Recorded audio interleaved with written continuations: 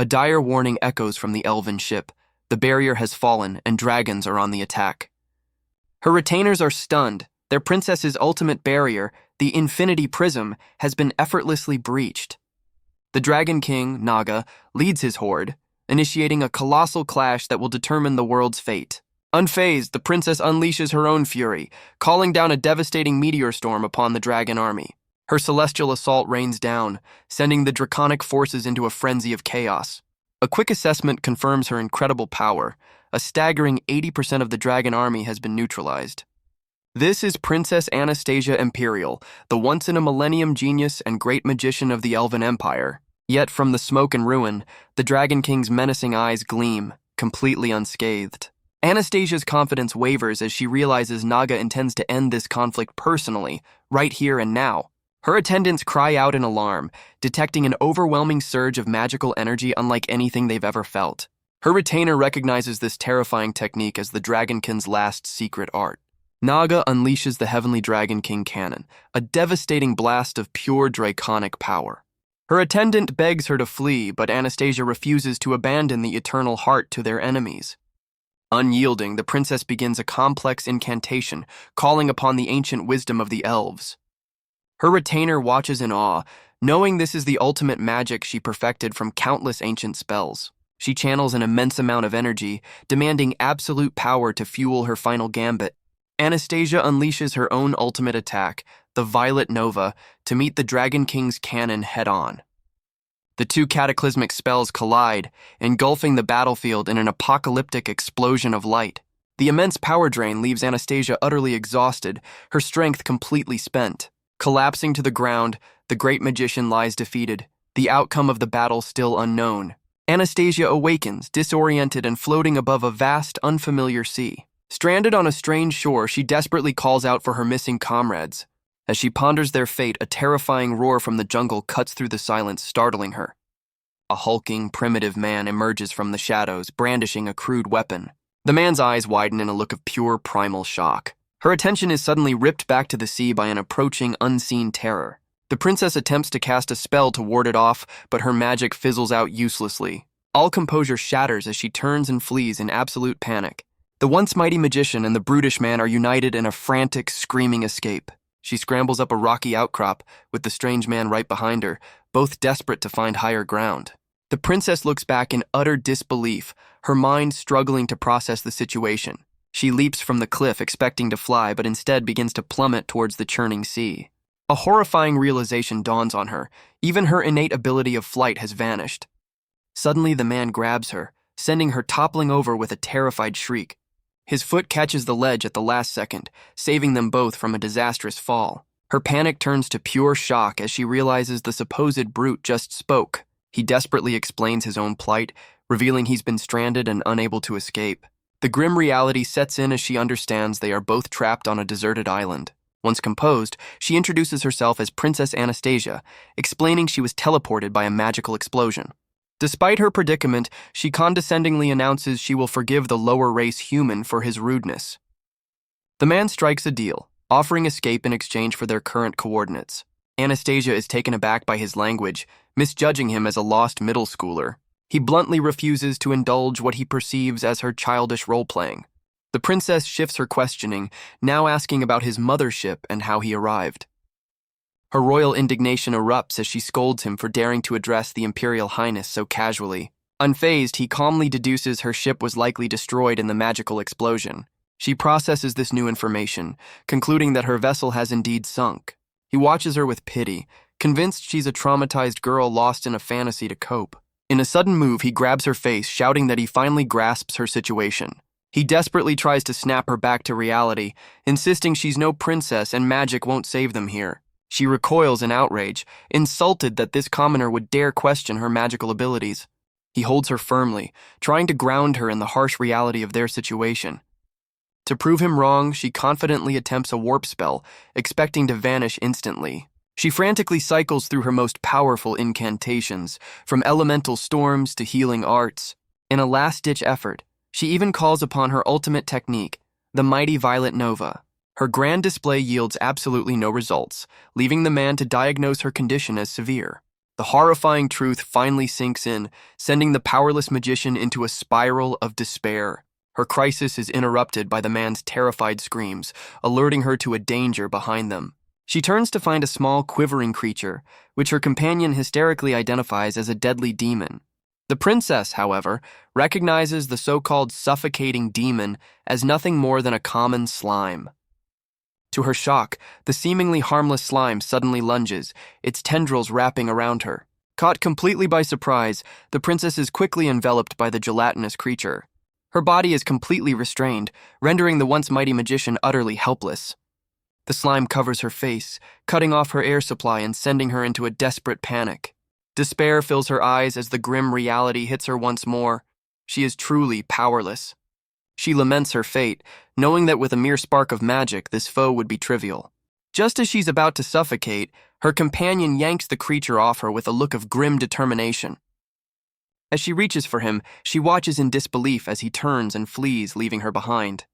This act of abandonment triggers a painful memory of reaching out to her own people, only to be ignored. A flashback reveals her lonely childhood, where a young Anastasia was shunned by the royal court due to her mother falling out of favor. Her memory reveals the moment her immense magical power first awakened, branding her a prodigy. This newfound talent earned her the praise of her father, the Elven King, and the admiration of the court. She understood that everything she had, her status, her relationships, the love she received, was built on her magic. The chilling thought hits her. Without her powers, she would be utterly alone and worthless. Snapped back to reality, she sees the man charging back, not in retreat, but on the attack.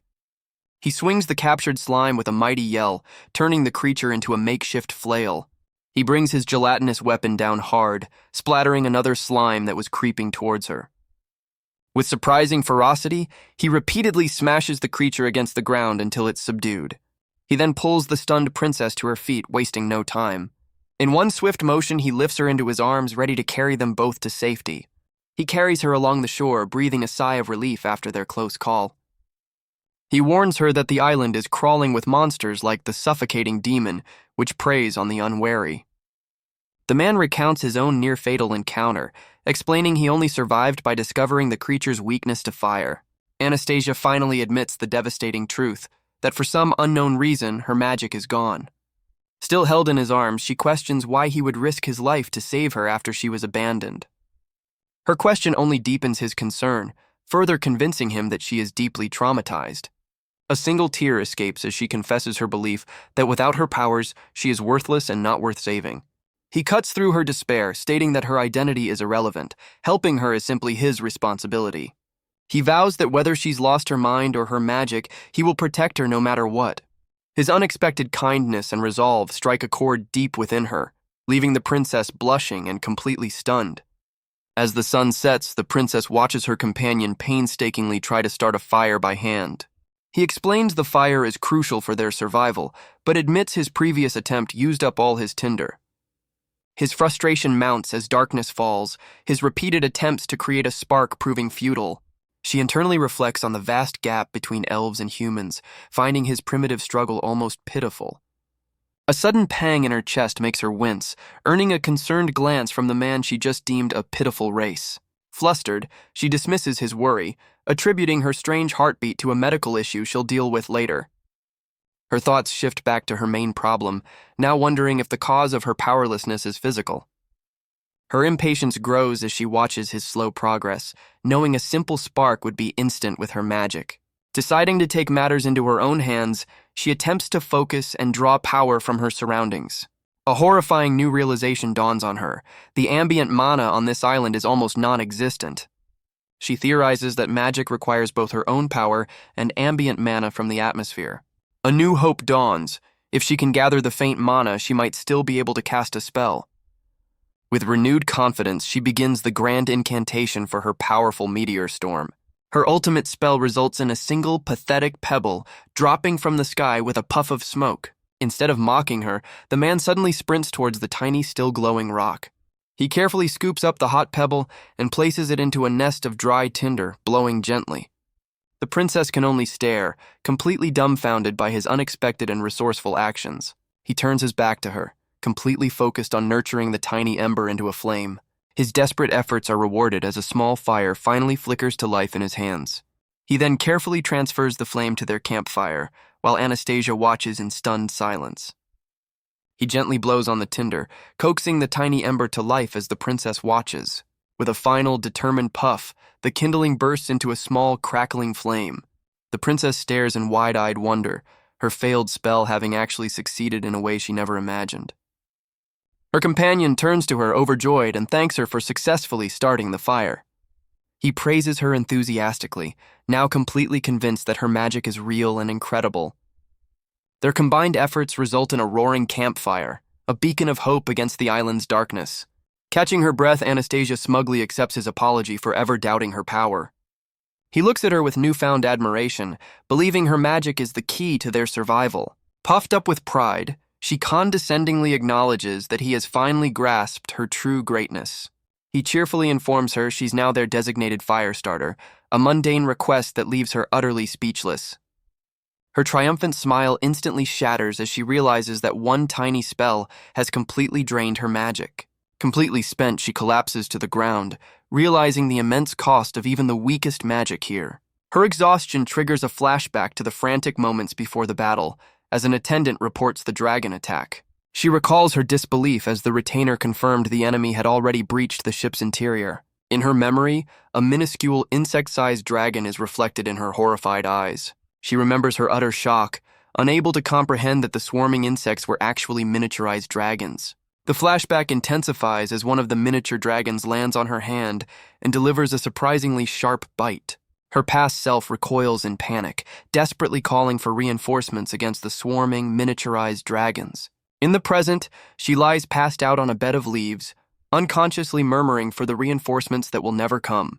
Waking with a start, she realizes the battle was just a memory, and her true predicament on the island remains. She resigns herself to her fate, understanding the island's lack of mana has trapped her there for the night. The morning finds her miserable and itchy, having been tormented by ferocious insects all night long. Taking a moment from her misery, she suddenly notices her human companion is nowhere to be seen. He suddenly appears, casually asking how she slept, completely unaware of her nightly ordeal. His sudden appearance causes her heart to flutter, a strange reaction she dismisses as a lingering illness. Flustered, she whips around and sharply dismisses his concern, denying anything is wrong. Her attention is then drawn to his strange activity on the beach, and she questions his actions with suspicion. He reveals his morning's work, a massive SOS sign built from driftwood to signal any potential rescuers. She confidently dismisses his efforts, certain the Elven Empire is already tracking her magically and will arrive shortly. Her talk of a battlefield only deepens his confusion, making him question her grasp on their reality once again. She's aghast that he's unaware of the massive war deciding the world's fate. With a sigh, she dismisses his ignorance, figuring such matters are beyond a weak race like humans. Resigned to his lack of knowledge, she condescendingly agrees to give him a simple explanation. Her lecture begins with the demon race, rulers of the dark world of Niflheim. She then introduces her own people, the elves who dominate the empire of Alfheim. The third power, she explains, are the mighty dragons from the fiery realm of Muspelheim. All three factions are locked in a desperate struggle for the Eternal Heart, a crystal of infinite mana. She solemnly states that the victor who claims this artifact will achieve absolute dominion over the world. Her companion processes this, now certain that while her magic is real, her epic delusions are just as potent. Unconcerned with his disbelief, the princess suddenly clutches her throat, announcing she is thirsty. She meekly asks her companion for water, admitting she hasn't had a drink since the previous day. He recalls that when he first arrived, the island was full of palm trees bearing fruit. He regretfully informs her that he has no water to give. He explains he relied solely on coconuts, never exploring further because he expected a swift rescue. The princess is horrified, realizing she might not get a drink until they are finally rescued. To her dismay, he reveals he consumed the very last coconut the day before. Resigned to her thirst, she tries to remain patient, confident that her people are already searching for her. A sudden, horrifying thought strikes her as she remembers the island's near-total lack of mana. She understands that with such faint mana, her magical signature is too weak to be tracked by her rescuers. The grim truth dawns on them both. Without a magical beacon, a physical search of the vast world is their only near-impossible hope. The princess sways from dizziness, and her companion immediately worries she's dehydrated. A sudden realization hits him. He knows where they can find a source of fresh water. He recalls seeing a pool of water on his first day, but had to ignore it without a container. With grim determination, he declares they must survive on their own until they're found. He stresses that since rescue is uncertain, securing water is their absolute top priority. With a new mission, he leads the princess deep into the island's dense jungle. Their search is cut short as the princess suddenly cries out in sharp pain. She stands frozen in agony, clutching her foot after an unseen injury. He rushes to her side, and she explains that she stepped on something sharp. He immediately offers to examine her foot, leaving the princess blushing and completely flustered. He carefully removes a splinter from her foot, dismissing it as a minor scratch while she squirms in embarrassment. He then questions her lack of footwear, and she haughtily explains that her reliance on levitation magic made shoes unnecessary. His concern suddenly shifts to her heavy cloak, his eyes widening with a new sense of alarm. He urgently warns her that wearing such a thick garment in the sweltering heat is a sure way to get heat stroke. Touching her skin, he confirms his fears. Her body is burning with fever, a clear sign of her deteriorating condition. Yet, with sweat beading on her face, the princess stubbornly refuses to remove the cape. She reveals the cloak is a sacred gift from her father, a symbol of her status as a commander of the Elven Empire. With fierce pride, she vows not to remove the garment until she has fulfilled her mission and claimed the eternal heart. She dismisses his worries and tries to continue their journey, but he insists she's risking her life for her pride. Their argument is cut short as they both stare ahead in utter disbelief at an unbelievable sight. He stares in disbelief at the dried-up basin where the water source should have been. A cold sweat breaks out on his face as the grim reality of their situation hits him hard. She wonders aloud if the water could have evaporated in the week since he last saw it. Overcome by the heat and thirst, the princess collapses, and he desperately tries to wake her. As she fades, a single cool drop of liquid lands on her parched lips. The sudden sensation of cold water shocks her back to a sliver of consciousness. She instinctively drinks the life-saving liquid, savoring its refreshing coolness. A moment of clarity returns as the water begins to revive her weakened body. Looking up, she sees him holding a container from his bag, pouring its precious contents for her. A sudden, piercing shriek echoes through the jungle, signaling a new and immediate terror. He expresses his relief that she's finally conscious, while the princess sits up in a daze. She questions the source of the water, and he holds up the strange pouch he used. A wave of panic hits her as she demands to know what foul substance he forced her to drink. He demonstrates his survival technique, wringing out a cloth filled with mud from the dried-up basin. The man explains how the cloth acts as a filter, separating the dirt and sand to produce clean water. Anastasia is genuinely impressed, admitting that his resourcefulness is far greater than she anticipated. He confesses he acted quickly because her condition was critical and he needed to hydrate her immediately. He assures her the water is safe, naturally filtered through the soil, as she examines the pouch in her hands. With a reassuring gesture, he tells her to drink the rest, revealing he has another one for himself. She hesitates, showing concern for his well-being, but he calmly insists that she needs it more. Her gratitude instantly curdles into sheer horror as she realizes the true nature of his water filter. A quick glance down confirms her worst fears. The pouch he used was, in fact, his own sock. The princess erupts in outrage, declaring her royal dignity forbids her from drinking such a foul concoction. She flings the offending garment away in disgust, recoiling from his perceived insolence. He watches her with a weary sigh, concluding she still hasn't grasped the harsh realities of survival. He calls out her grandstanding, questioning her commitment to a noble cause when she balks at a simple survival tactic. Grabbing her shoulder, he lectures that if her duty is so vital, she must first ensure she's alive to fulfill it. With unwavering certainty, he declares that their only mission right now is to survive, no matter the cost. His logic strikes a chord, and she realizes her pride was jeopardizing the very mission she holds so dear. Casting aside her royal pretense, she decisively removes her heavy cloak, finally ready to face their reality head-on. He carefully explains that he's not criticizing her, trying not to shatter her newfound resolve. With a look of grim determination, the princess snatches the discarded sock from the ground. She steels herself against the filth, realizing this is what it will take to survive. Squeezing the makeshift filter, she lets the precious, murky drops fall towards her lips. Casting aside all dignity, she desperately gulps down the life-saving liquid. Her thirst quenched, she immediately requests another, earning a look of impressed surprise from her companion. She vows to survive no matter the cost, even if it means enduring the most disgusting trials. Their combined efforts yield a small cache of water, collected in salvaged plastic bottles. He calculates their daily needs, while she suggests they try to ration their precious supply. The grim reality hits them. At their current rate, their water will only last for 3 days. He tries to calm her fears, insisting they can find other water sources.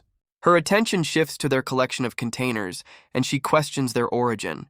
He reveals he gathered the bottles from the trash that washes ashore on the beach. The princess recoils in disgust at the thought of using discarded items. He reasons that in their situation, they can't afford to be picky, and she grudgingly accepts this reality. Her royal composure is shattered by a loud growl from her stomach, betraying her hunger. He admits his own hunger, revealing neither of them has eaten since the previous day. With a new goal, he declares they must find food before dark, and she offers to assist. He looks towards the setting sun, lamenting that their water-gathering efforts have left them with little daylight. Amidst the chaos, he realizes they've forgotten basic pleasantries, prompting her to finally ask for his name. He finally introduces himself as Shuden Daiku, a high school teacher from a place called Tokyo. The princess finds his name peculiar and asks what kind of magic he teaches in the remote village of Tokyo. He's taken aback by her ignorance, but clarifies that he teaches Japanese language, not magic. She internally concludes he must lack magical talent, forcing him into a mundane teaching job in a backwater village.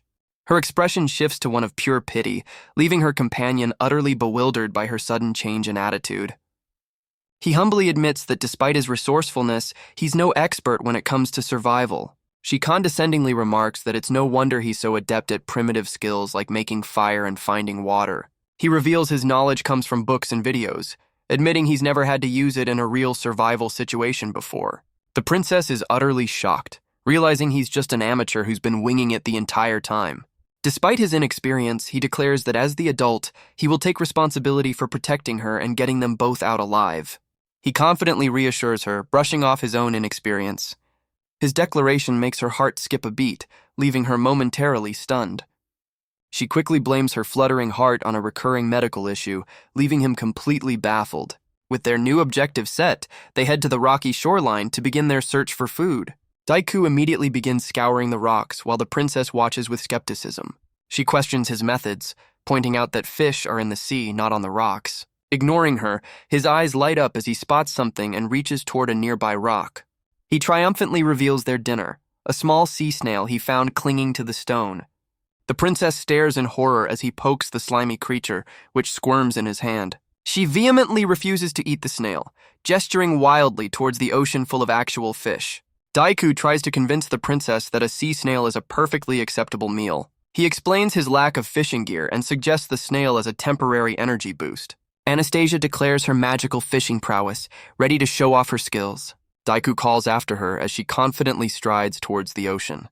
The princess wades into the shallows, her reflection shimmering on the water's surface. She spots her target, a school of fish swimming just beneath the waves. Anastasia begins a dramatic incantation, calling upon the power of the tides.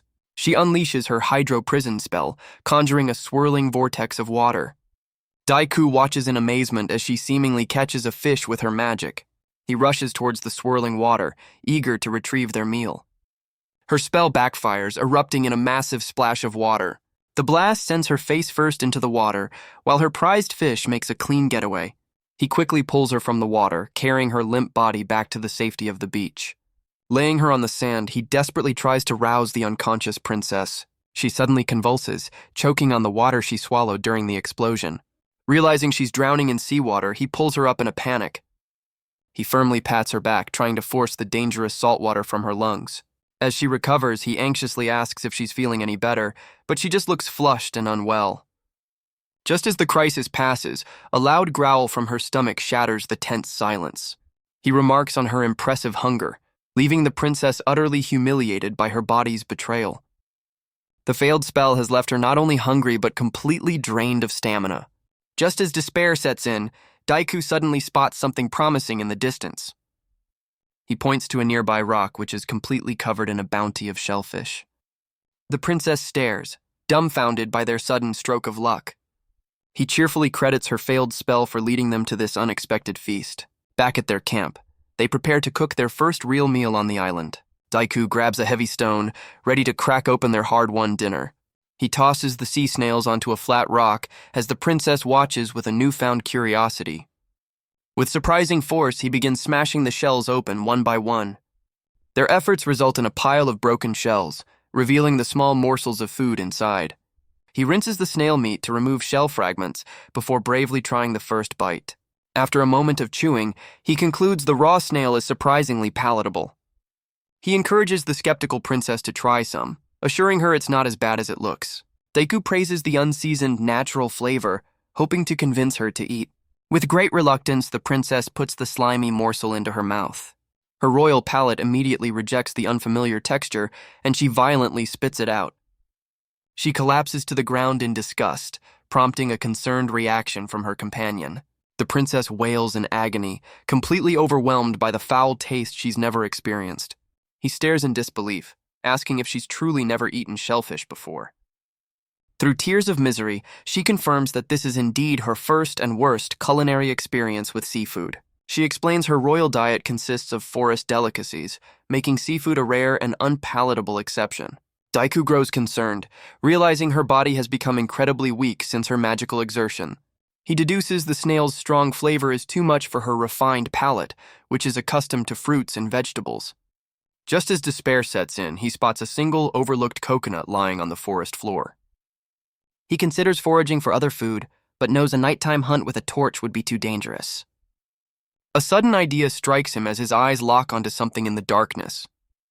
He urgently offers her a drink from a hollowed-out fruit, fitted with a makeshift straw. With some hesitation, the princess takes a tentative sip from the strange container. Her eyes fly open in shock and delight, the taste far exceeding her expectations. He watches with relief, pleased that she enjoys the drink's natural sweetness and refreshing aroma. Anastasia enjoys the coconut, admitting she's never tried one before. A flashback shows Anastasia dedicated to her magical studies, isolated from the world. Daiku watches her, a thoughtful expression on his face. He suggests showing her the delights of his world once they escape the island. Anastasia reminds him of her royal status, implying she can't simply tag along. She emphasizes her responsibilities and the ongoing war, which could change everything. Daiku considers her words, a serious look in his eyes. Anastasia admits she's intrigued by the prospect of visiting his world. Daiku notes the coconut is small, not offering much sustenance. He looks at Anastasia, a concerned expression on his bearded face. Daiku gets a brilliant idea, determined to find a way to make her eat. The princess looks up from her drink, her curiosity piqued by his sudden thought. He asks if she's ever heard of a delicacy from his world called tapioca. He describes a popular drink where chewy pearls are added to sweet tea for a unique texture. The princess stares blankly as he proposes his brilliant idea, adding snail meat to her coconut drink. She struggles to comprehend his logic, wondering if making the disgusting food fun could possibly change the taste. With grim determination, he prepares the island-style bubble tea, squeezing the snail meat into her coconut. She takes a deep breath and sucks the strange concoction through the straw. Her body immediately rejects the foul mixture, and she spits it out with violent force. Yet forcing herself to chew and swallow, her eyes fly open in utter astonishment at the unexpected taste. He anxiously asks for her verdict as she chokes down the bizarre snail and coconut concoction. She realizes the coconut sweetness surprisingly masked the snail's foul taste, making it almost palatable. Encouraged by her reaction, he eagerly pours more of the makeshift tapioca into her drink. Under the starry night sky, the two castaways share their first proper meal together. They sit by the warmth of the campfire, a small victory against the island's dangers. She admits to feeling more energetic, and he praises her for bravely eating something so strange. She gives him a backhanded compliment, admitting that the ingenuity of ordinary people can be useful. To her own surprise, she confesses that the strange combination is actually quite tasty once you get used to it. He realizes he's been so focused on her survival that he hasn't eaten, and asks to try some himself. Taking the coconut from her, he cautiously sips his own bizarre creation to see what it tastes like. His own concoction backfires spectacularly, and he spits it out with a look of pure agony. Exhausted from their ordeal, the princess finally succumbs to sleep. A voice calls her name. jolting her from her sleep with a look of confusion. A wave of recognition washes over her as she identifies the familiar voice. In what seems to be a dream, her mother appears, expressing immense relief at finding her safe. The reunion sours as her mother delivers the devastating news that the Elven Empire has fallen. Believing she's been rescued, the princess's joy blinds her to her mother's urgent warning. Her mind rejects the terrible truth, her expression frozen in utter disbelief. Her mother reveals their terrifying foe, the Dragon King Naga, who now dominates their world. The final blow comes as her mother blames her disappearance for the collapse of their entire empire. Her dream turns into a nightmare as her mother blames her for the empire's fall to the Dragon King. A violent blast of light shatters her dream, jolting her from her sleep. She wakes with a gasp by the dying campfire, relieved the horrifying vision wasn't real. Looking around the empty camp, she realizes her companion is gone, likely searching for food. Anxiety grips her as she counts the days. 3 have passed with no sign of rescue. She fears for her people, knowing Alfheim's army is no match for the Dragon King's might. A new sense of urgency drives her to find her companion and devise an escape plan. The princess ventures into the dense, unfamiliar jungle to begin her search. Her sharp eyes scan the surroundings, looking for any clue to his whereabouts. She spots a trail of broken branches, deducing the direction he must have taken. Peeking from the bushes, she realizes with a shock that they might not be alone. An unfamiliar voice cuts through the jungle, confirming her fears and putting her on high alert. She spots Daiku in a clearing, but the strange voice belongs to someone else entirely. Her mind leaps to a terrifying conclusion. The human has been deceiving her this whole time. The sight of what she believes to be magic confirms her worst suspicions about her companion. She recoils in horror, questioning if their entire ordeal has been nothing but an elaborate trap. Her train of thought is shattered as Daiku sprints past, screaming that he's being pursued. Seeing him run, she becomes certain his act of a helpless commoner was all a lie to ensnare her. With the threat now clear, her top priority becomes contacting the Elven Empire for aid. In a shocking twist, she and another mysterious elf join forces, blasting Daiku with a powerful lightning attack. Instead of falling, Daiku braces against the magical blast, a strange smile on his face. In a flash, he tackles the princess, clamping a hand over her mouth to silence her. Anastasia is utterly baffled, questioning why he would be smiling during such an attack. He pins her firmly to the ground, ignoring her muffled protests as he scans their surroundings. Leaning close, he urgently gestures for her to be quiet, his expression now deadly serious. He drags her behind cover just as a thunderous sound echoes through the jungle. Peeking out, they both stare in horror at a monstrous boar-like beast emerging from the trees. He reminds her of his earlier warning, and she finally understands the island is crawling with deadly monsters. Daiku explains that the creature is fiercely territorial and will attack any intruders on sight. A mental map reveals the beast's territory is constantly expanding, making any attempt to explore the island a death sentence. The princess identifies the creature as a Quake Hog, a common earth elemental monster. Daiku, however, has given it his own less than flattering nickname, the violent, stingy Mohawk Pig. She warns him not to underestimate even a low-class beast, especially since they can't use magic. He believes their best bet is to sneak away before the creature notices their presence. But their luck runs out as the monster's eyes lock onto them with predatory intent. The Quake Hog lets out a furious roar, its body crackling with power as it prepares to charge. Without a second's hesitation, Daiku grabs the princess and dives for cover. The beast tucks into a ball, transforming into a living boulder and rolling straight for them. He shields her with his own body as they hit the ground, narrowly avoiding the devastating impact. Pinned beneath him, a flustered Anastasia can only blush at their uncomfortably close position. The princess frantically checks on her companion, worried about his condition after their fall. He reassures her they both survived their desperate leap from the cliff. Her relief instantly vanishes, replaced by a look of stern accusation. A tense silence hangs between them as they walk deeper into the jungle. He finally stops, confident they've put enough distance between them and the rampaging beast. The princess erupts, accusing him of deceiving her and being the source of her powerlessness. Utterly bewildered, he denies her claims, but she insists she saw him using a strange power. She describes seeing him use what she believes to be an advanced magical prison, a radiant seal cube. Confused, he pulls out his smartphone, asking if this glowing rectangle is the magic she saw. She excitedly confirms his phone is the magical prison she imagined, completely misinterpreting the modern technology. He clarifies the device is for communication, but is useless without a signal, though it can still play videos. Realizing her complete ignorance, he asks if she's ever even heard of a smartphone. He shows her a video on the screen, suggesting this is the magic she witnessed earlier. She stares in disbelief, questioning if the moving image is a magical vision he recorded. Her eyes widen in pure amazement, her understanding of the world completely shattered. He struggles to explain the device, calling it a product of human technology beyond her comprehension. The princess's pride crumbles as she quietly asks if she's completely useless. She clenches her fists, admitting she's failed her father's mission and can only wait for rescue. Tears stream down her face as she finally accepts that she's a good-for-nothing. Overcome with despair, she cries that her anxiety led her to wrongly accuse him. He calmly looks at her, acknowledging that her panicked accusations caused trouble and even got him hurt. He then cuts through her despair, revealing he's just discovered a unique ability that only she possesses. She vehemently denies his claim, still convinced of her own uselessness. He holds up his phone to prove his point, reiterating that the device has many functions beyond just communication. He admits he's been desperately trying to conserve the phone's limited battery life. He explains that vital survival tools like the flashlight and compass drain the battery, making them a last resort. In a stunning twist, he reveals her lightning spell actually charged his smartphone by a tiny amount. He celebrates this breakthrough with pure joy, leaving the princess to question if it's really that big of a deal. His mood shifts as he confesses that despite his efforts, he's not a survival expert and often lacks the right knowledge.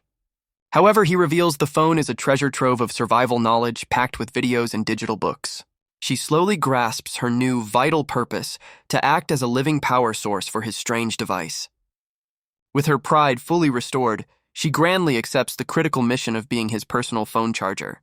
Their celebration is cut short as Daiku shoves her out of the way of a sudden, violent impact. Unaware of the danger, she confidently marches off, vowing to master her new charging duties. Daiku's eyes widen in terror as he spots the true source of the attack lurking nearby. Huddled behind cover, she demands to know why he isn't fighting back with magic of his own. Her question is answered as a terrifying horned figure emerges, whom the princess recognizes with sheer horror. She cries out the name of her greatest fear, the legendary Dragon King Naga. Daiku is utterly baffled, having no idea who this supposed Dragon King is. His confusion turns to shock as he realizes their new enemy is not only powerful, but also completely unclad. The princess explains that this new foe is a dragonkin, a race with magical power rivaling her own empire. She reveals this isn't just any dragonkin, but their legendary Dragon King, the most powerful of them all. The princess explains that dragonkin disrobe to transform, leading Daiku to a very simple and very awkward conclusion. His attention shifts from their enemy's lack of clothing to a fresh injury on the princess's neck. He decides their immediate priority before any fighting is to convince their powerful new enemy to put on some clothes. He angrily confronts the Dragon King, while the princess realizes the blow that injured her was meant to be fatal. Daiku furiously realizes that his quick action was the only thing that saved the princess from a lethal strike. Without warning, the Dragon King lunges forward, closing the distance in an instant. Daiku braces for impact, throwing his arms up in a desperate attempt to block the attack. The blow connects with brutal force, sending him flying backward as the princess watches in horror. The princess screams her companion's name, her face a mask of pure terror. The Dragon King taunts her captive, wondering why the elf isn't fighting back with magic. She holds the struggling princess aloft, clearly enjoying her rival's powerlessness. Daiku stumbles to his feet, putting himself between the two and demanding she release the princess. He desperately tries to reason with them, insisting that fighting is pointless when they're all stranded. The Dragon King scoffs at the human, telling the worthless insect not to interfere in her duel. His mind reels at the mention of a 50-year duel, confirming his new acquaintance is just as unhinged as the first. With a sinister grin, she reveals that sparring with the princess has been her sole entertainment for half a century. Her attention returns to the elf, once again questioning her rival's strange lack of magical power. A sudden realization dawns on the Dragon King. She too has felt strangely weak since arriving on the island. The Dragon King is stunned as Daiku suddenly grabs her wrist, his grip firm and unyielding. He furiously demands to know what she thinks she's doing to the helpless princess. Ignoring his shouts, the Dragon King continues to torment her rival, dangling the elf carelessly. Daiku steps between them, forcefully pulling the Dragon King's arm away to protect Anastasia. His grip tightens, showing a surprising amount of strength against the powerful Dragonkin. With a look of grim resolve, he orders the princess to get to safety while he handles the situation. The Dragon King's surprise turns to amusement, questioning if the human truly understands the danger he's in. Her amusement quickly turns to rage as she decides to eliminate the interfering human first. In a stunning display of skill, Daiku uses her momentum against her, preparing to throw the powerful foe. The Dragon King hits the ground hard, left completely dazed and flustered by the human's technique. The Dragon King stumbles back in disbelief, completely outmaneuvered by the human's unexpected move. Anastasia watches in awe, realizing her companion is far more capable than she ever imagined. The Dragon King's pride is shattered, her mind unable to process being overpowered by a miserable human. The princess demands to know who he truly is, and he cryptically mentions the school where he works. Her mind struggles to comprehend how a simple teacher could possibly stand up to the legendary Dragon King. He explains his school is a lawless dystopia, a gathering place for the most violent students in the country. A flashback reveals that at this school, even teachers must fight to discipline their unruly students. He recalls asking a senior teacher if their brutal methods were truly acceptable in the modern era. Daiku reveals his true title, Student Guidance Supervisor for the infamous Sengoku High School. He calmly states that while he dislikes violence, he's more than prepared to meet it with overwhelming force. The princess struggles to comprehend his background, simply asking if he knows how to fight. The Dragon King suggests they end the confrontation, warning that she will show no mercy otherwise. Her plea for peace is revealed as a taunt, her face twisting into a savage, battle-hungry grin. Without warning, she explodes forward, charging at the human with blinding speed. She declares that before her duel with the princess, she'll use him as a warm-up. Her eyes gleam with manic excitement as she prepares to unleash her power. The Dragon King lunges, unleashing a powerful claw attack directly at the teacher. Daiku stands his ground as the attack creates a massive shockwave, tearing up the earth. The sheer force of the blow sends him reeling, his expression a mixture of shock and pain. The devastating attack leaves a trail of destruction, a testament to the Dragon King's immense power. Daiku reels back in shock, questioning if this new foe can also use magic. Her arm crackles with a strange energy as she prepares to unleash another devastating attack. Without warning, she breathes a torrent of fire, forcing the teacher to dive out of the way. He stares in disbelief, realizing he's not just fighting a brawler, but a literal fire-breathing monster. The Dragon King mocks his retreat, demanding he provide her with a more entertaining fight. Watching from the sidelines, the princess suddenly notices a flaw in her rival's performance. She calls out the Dragon King's sloppy fighting style, finding it uncharacteristically weak. The princess accuses her rival of holding back, suggesting she's merely testing the human's strength. Daiku is left utterly confused and enraged by the princess's wild and unhelpful theories. The Dragon King furiously rejects the notion, proclaiming that a mere human is nothing more than an insect to her. Daiku squares up, accepting the Dragon King's challenge as she vows to transform and end him. In a terrifying display, she becomes a massive dragon, promising to incinerate him with her flames. His eyes widen in pure shock, the reality of fighting a mythical beast finally sinking in. The colossal dragon looms over him, declaring his death by her fire to be an honor. She then threatens the princess, promising the elf will be next after she's finished with the human. As Daiku panics, the princess has a sudden moment of clarity, realizing something crucial. The dragon's fearsome form suddenly implodes, the massive transformation failing spectacularly. A quick lesson reveals that a dragonkin's transformation requires an immense amount of stored mana. The princess explains that on this mana-deprived island, once that power is gone, it's nearly impossible to recover. Now powerless and unable to transform, the exhausted Dragon King is left vulnerable and furious. The princess explains her rival's stored mana only allowed for a temporary burst of power. Enraged and confused, the Dragon King demands to know why her strength has suddenly vanished. The princess calculates that without magic, her rival is no stronger than a human, giving Daiku a fighting chance. Refusing to accept defeat, the Dragon King furiously charges, vowing never to lose to a mere human. She throws a wild punch, daring him to face her full, non-magical might.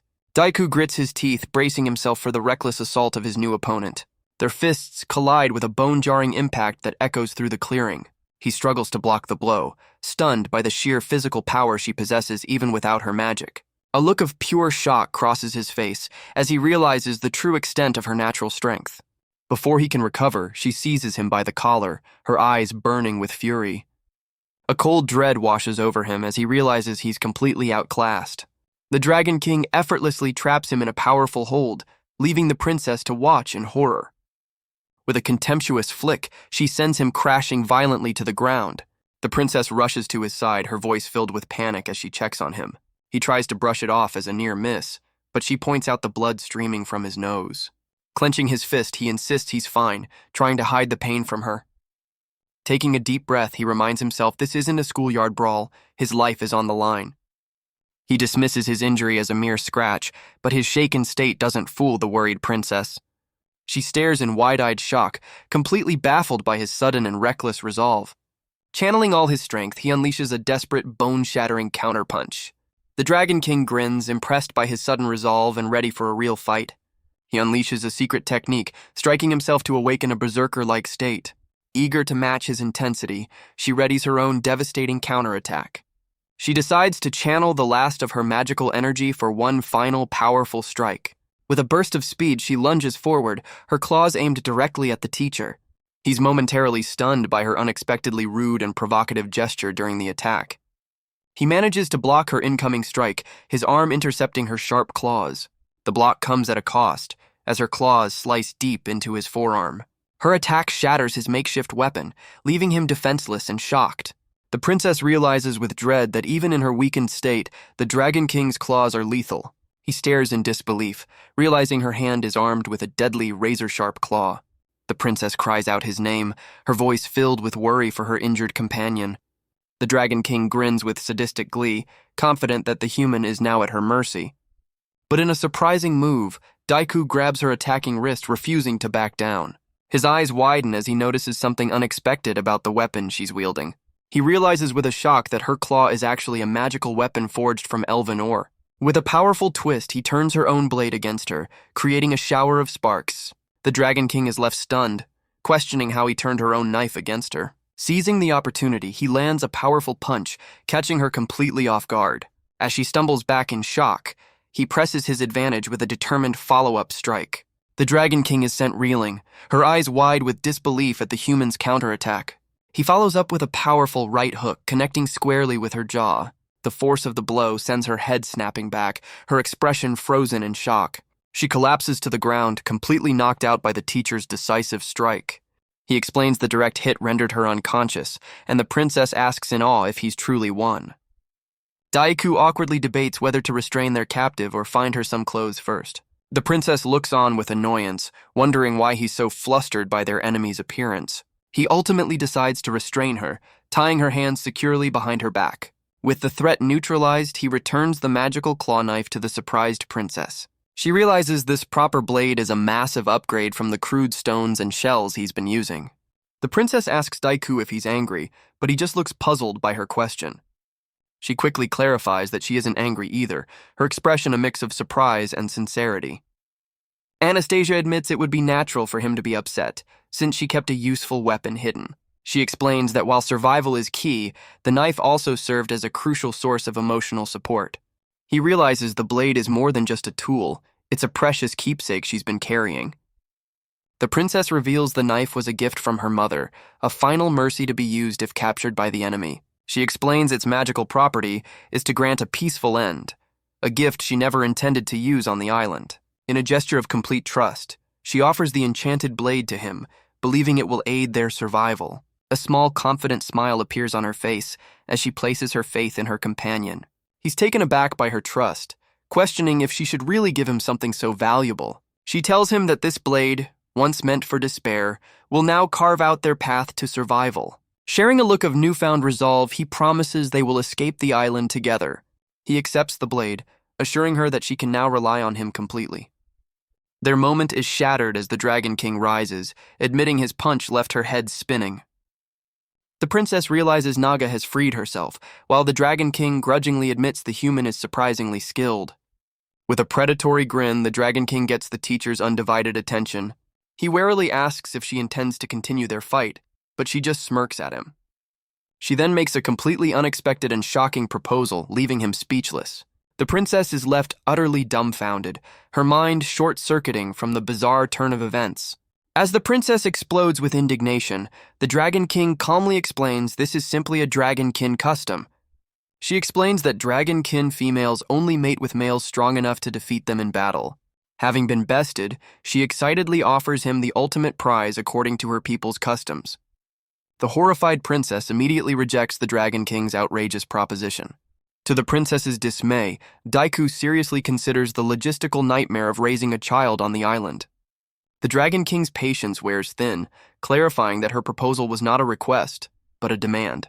She suddenly pins the teacher to the ground, intending to enforce her custom as the princess watches in shock. Abruptly, she stops, claiming she's not feeling well and will postpone her plans for another time. She stumbles back, looking visibly dizzy and weakened from their recent battle. Announcing her sudden hunger, she decides to search for something to eat instead. She walks off, promising the teacher another fight before disappearing into the jungle, leaving the princess bewildered. Daiku calls out to the departing Dragon King, his expression serious and determined. She pauses, turning back with a questioning look, her departure halted. In a surprising move, he extends an invitation for their former enemy to join their group. He reasons that since the two women clearly have a history, they'd be stronger together. The princess stares in utter disbelief, shocked he would suggest teaming up with their rival. The Dragon King silently considers his pragmatic if unexpected proposal. Her pride wins out, and she scoffs at the idea of a king needing to rely on others for survival. She flatly rejects his offer of an alliance, refusing to play friends with them. As she disappears once more, Daiku is left scratching his head in exasperation. He recalls her initial power, realizing she was in peak condition just like he was upon first arriving. The princess is stunned that her rival, the Dragon King, has somehow followed her to this remote island. She worries about the Dragon King recovering her power, questioning if there's any way to replenish mana here. Back at their camp, the princess realizes they must tend to their injuries from the fight. He calls out her name, snapping her out of her worried thoughts. Daiku decides they should regroup and focus on their immediate needs. He uses their precious drinking water to clean her neck wound, much to her surprise. He explains that without medicine, preventing infection is their top priority. Anastasia listens intently, understanding the logic behind his cautious approach. He reveals the water has been boiled and filtered, making it safe for cleaning wounds. She's taken aback as he offers to treat the wound on her neck himself. She admits her reliance on healing magic has left her completely ignorant of basic first aid. He gently dabs the wound with a cloth, and she flinches but insists it only stings a little. Her resolve crumbles as she nervously asks him to be gentle with the treatment. He then surprises her by spraying her neck with a strange makeshift bottle. As she recoils in shock, he calmly explains it's a disinfectant and tells her to endure the sting. Annoyed but pragmatic, she concedes that the spray is useful and decides to forgive him. Her attention then shifts, her eyes widening as she notices something peculiar. She questions why he kept the Dragon King's severed claw, which is sticking out of his pocket. He explains its potential as a tool, much to her disgust at him collecting someone's nails. To craft this new tool, he asks if he can borrow the enchanted knife she just gave him. The princess explains that a normal dragon's claw is strong enough to slice clean through steel. She theorizes that the Dragon King's own protective spells must be weakening on the island, just like hers. Daiku realizes that if that were true, her enchanted knife shouldn't have been able to cut the claw so easily. She elaborates that elves are born with innate protective magic that enhances their physical durability. To prove her point, she plucks a strand of her own hair, showing how easily it now breaks. She explains the hair that grew on the island is fragile, while the older part remains strong from her magic. A light bulb goes off for Daiku. The Dragon King is only strong because she arrived on the island more recently. With a sudden burst of inspiration, he sprints away, leaving the princess completely baffled. She finds him inspecting her makeshift bed of leaves and nervously asks what he's up to. He explains with grim intensity that seeing the Dragon King's claws gave him a crucial idea. He reveals his brilliant idea to fashion the severed claw into a perfect fishing hook. He then explains her magically strengthened hair will make a perfect fishing line. With manic excitement, he declares that combining the two will create their ultimate survival tool. The princess is left speechless, questioning the bizarre customs of the human world. Ignoring her shock, he eagerly prepares to test out their new makeshift fishing gear. Down by the shore, he expertly casts the line, putting his strange invention to the test. As she watches him, a new thought crosses her mind and she calls out his name to get his attention. She skeptically asks if he was serious about his earlier offer to team up with the Dragon King. He recalls their hostile first meeting, and she confirms their two peoples have a deeply troubled history. She reveals that as rival princesses, she and Naga have been locked in a political duel for 50 years, with neither ever gaining the upper hand. He reflects on the Dragon King's obsession with fighting, noting she seems happy to have found a worthy rival. After some prodding, the princess shyly admits her true age is 148. Daiku's blunt question about her age had left her completely flustered and indignant. He calmly accepts this new information, figuring a century-old elf isn't much stranger than a dragon. She explains that despite their rivalry, she and Naga are powerful enough to decide the fate of nations. With a heavy heart, she concludes that she can't possibly coexist with someone like the Dragon King. He begins to suspect that her wild stories of magic and war might actually be true. Deciding to accept her story for now, he recalls an old saying about enemies forced to cooperate. He remembers the ancient tale of enemies from Wu and Yue, who united on a single boat to survive a storm. He admits that he can't fully understand her situation or tell her how to handle her long-standing rivalry. He suggests they put their long-standing conflict on hold, at least until they manage to escape the island alive. Daiku agrees, pointing out that combining their strengths is the most logical way to increase their chances of survival. His practical approach leaves her momentarily speechless as he prepares to put their new plan into action. With a mighty cast, he proves their bizarre fishing rig is a success, hooking a large fish from the surf. He proudly shows off their catch, comparing their newfound teamwork to the effectiveness of their strange tool. Soon after, their hard-earned meal roasts over a crackling fire, a small victory in their harsh new reality. The princess savors every bite of the cooked fish, her expression one of pure, unadulterated bliss. After their meal, he even tends to her, cleaning her ear with a makeshift tool, much to her flustered annoyance. Their search for resources leads them to a beach littered with debris, a potential treasure trove of supplies. While scavenging, they find several strange but useful items, including a stool, a squeegee, and a bucket.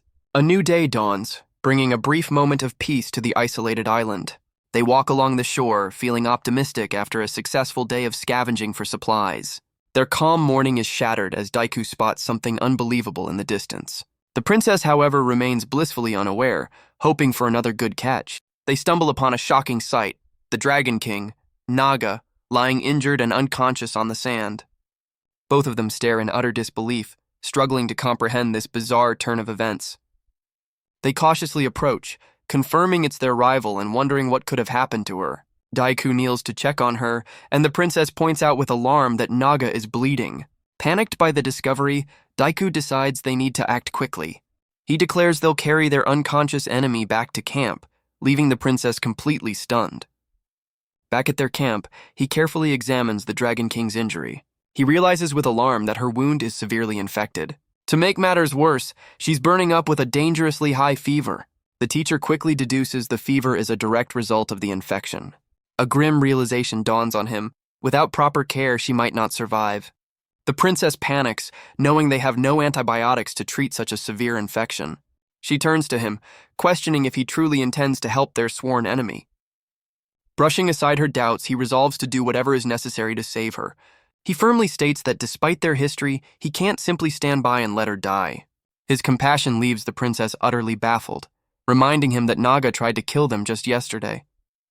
He lays out a plan to boil water in a cloth to safely disinfect her wound. With the supplies prepared, he begins to carefully pour the sterilized water over the injury.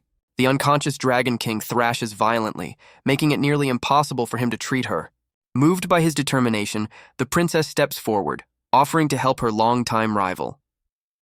He quickly instructs her on how to clean the wound, telling her to rinse it and wipe away the dirt. Daiku formally asks the princess to restrain the struggling Dragon King so he can work. Even in her weakened state, the Dragon King's thrashing proves too much for him to handle alone. Following his instructions, the princess nervously pours water on the wound as Naga flinches in pain. In a sudden reflexive move, the Dragon King's powerful tail whips around and smacks him hard. The princess cries out his name, her face filled with alarm as he stumbles from the unexpected blow. The teacher is sent tumbling, knocked off his feet by the powerful blow. Ignoring the pain, he wrestles the thrashing Dragon King back into submission. His efforts are rewarded with another brutal blow to the face. She momentarily breaks his hold, scrambling to get away from the treatment. He snatches her arm, vowing that she won't get away from her life-saving treatment. His expression shows the sheer effort it's taking to subdue the powerful dragonkin. He locks her in a powerful hold, using all his strength to immobilize her. He and the princess work together, tightly wrapping her wounds with strips of cloth. The princess watches the struggle, urging him to remain calm amidst the chaos. Breathing heavily, he confirms their patient has finally stopped struggling and passed out. He brandishes the makeshift disinfectant, ready to apply it to their patient's wound. The princess notes their rival's weakening resistance, questioning if her strength is finally fading. A sudden lash of the Dragon King's tail sends the teacher stumbling, catching everyone by surprise. Despite her weakened state, the Dragon King continues to fight back with furious, desperate claw swipes. The princess manages to get a firm grip on her rival, reassuring Daiku that she can handle it. With the Dragon King finally immobilized, she orders him to apply the disinfectant immediately. With a roar of determination, Daiku prepares to empty the entire bottle onto the infected area. She urges him on, knowing this painful treatment is their only chance to save their enemy. The Dragon King convulses in agony as the potent disinfectant floods her open wound. Exhausted but successful, they finally finish bandaging the injury, leaving their patient to rest and recover. The princess realizes they've used a significant amount of their precious water to treat the Dragon King's wound. Her concern grows as she points out they're now down to their very last bottle of water. The weight of their dire situation settles on Daiku, his expression hardening with resolve. He declares they must find a new water source, and the princess readily agrees to join the search. He dismisses any sense of despair, insisting that action is the only thing that matters now. Their hopes are dashed when they discover their previous water source has completely dried up. Forced to adapt, they scour the beach for discarded plastic bottles, desperate for any remaining drops. Their efforts yield a slow, painstaking process of collecting every last drop they can find. Before nightfall, they turn their attention to fishing, another crucial part of their survival routine. By combining their scavenged findings, they manage to fill a single large container with fresh water. They return with a modest catch of a fish, a crab, and some shellfish. Back at camp, Daiku tends to the unconscious Dragon King while the princess watches, realizing their situation has become dire. The princess worries as their already limited food and water are stretched even thinner by their new patient. He carefully helps the delirious Dragon King drink from their precious water supply. Anastasia realizes with alarm that her companion is pushing himself to his limit and will soon collapse. The princess understands he's been giving his own share of water to their rival, neglecting his own needs. She watches in confusion as he leans closely over the unconscious Dragon King. The princess cries out in alarm, but he calmly explains he's just checking for a fever. He demonstrates the technique by placing his forehead against Naga's, a surprisingly intimate gesture. A flustered princess insists she understands, clearly embarrassed by his very practical demonstration. The princess furiously berates him, biting a cloth in frustration while he looks on, puzzled. Her annoyance stems from her belief that he's being far too kind to their sworn enemy. Looking out at the sunset, he states that they've done everything possible and can only hope for her recovery.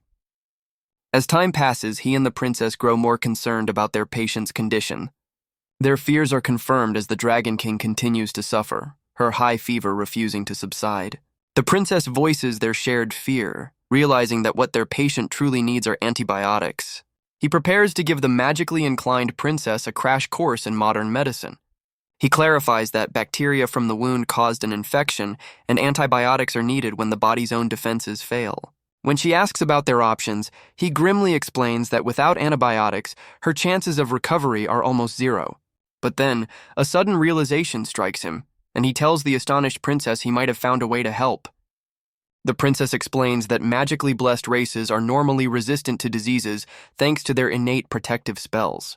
But without mana, those spells fail, leaving the Dragon King completely vulnerable to infection. A sudden realization dawns on her as she understands the full gravity of their situation. She recalls that casting any magic in this mana-scarce environment consumes an immense amount of power. Daiku proposes a wild idea. If they can reactivate her protective magic, they might be able to cure her. He suggests they could transfer magical power to Naga, giving her just enough to kickstart her own defenses. He offers his own energy, but the princess regretfully informs him that an untrained human's magic is practically useless. However, she reveals there is a way to convert his powerful life force directly into magical energy. Overjoyed at the possibility, the teacher eagerly agrees to the procedure, ready to start immediately. The princess looks hesitant, urging him to think carefully about the potential consequences of such a transfer. The princess explains the ritual requires him to maintain physical contact for over half a day. She looks at him with grave concern, questioning if he still intends to save their rival despite the personal cost. She warns that each transfer will drain his stamina, leaving him completely exhausted. Pointing to their dwindling supplies, she explains that if he collapses, their situation will become critical. He grimly acknowledges that if he falls, they will all be doomed. To their shock, the Dragon King suddenly speaks, agreeing with the princess's dire assessment. Now conscious, she states they don't have the supplies to support 3 people, especially an injured one.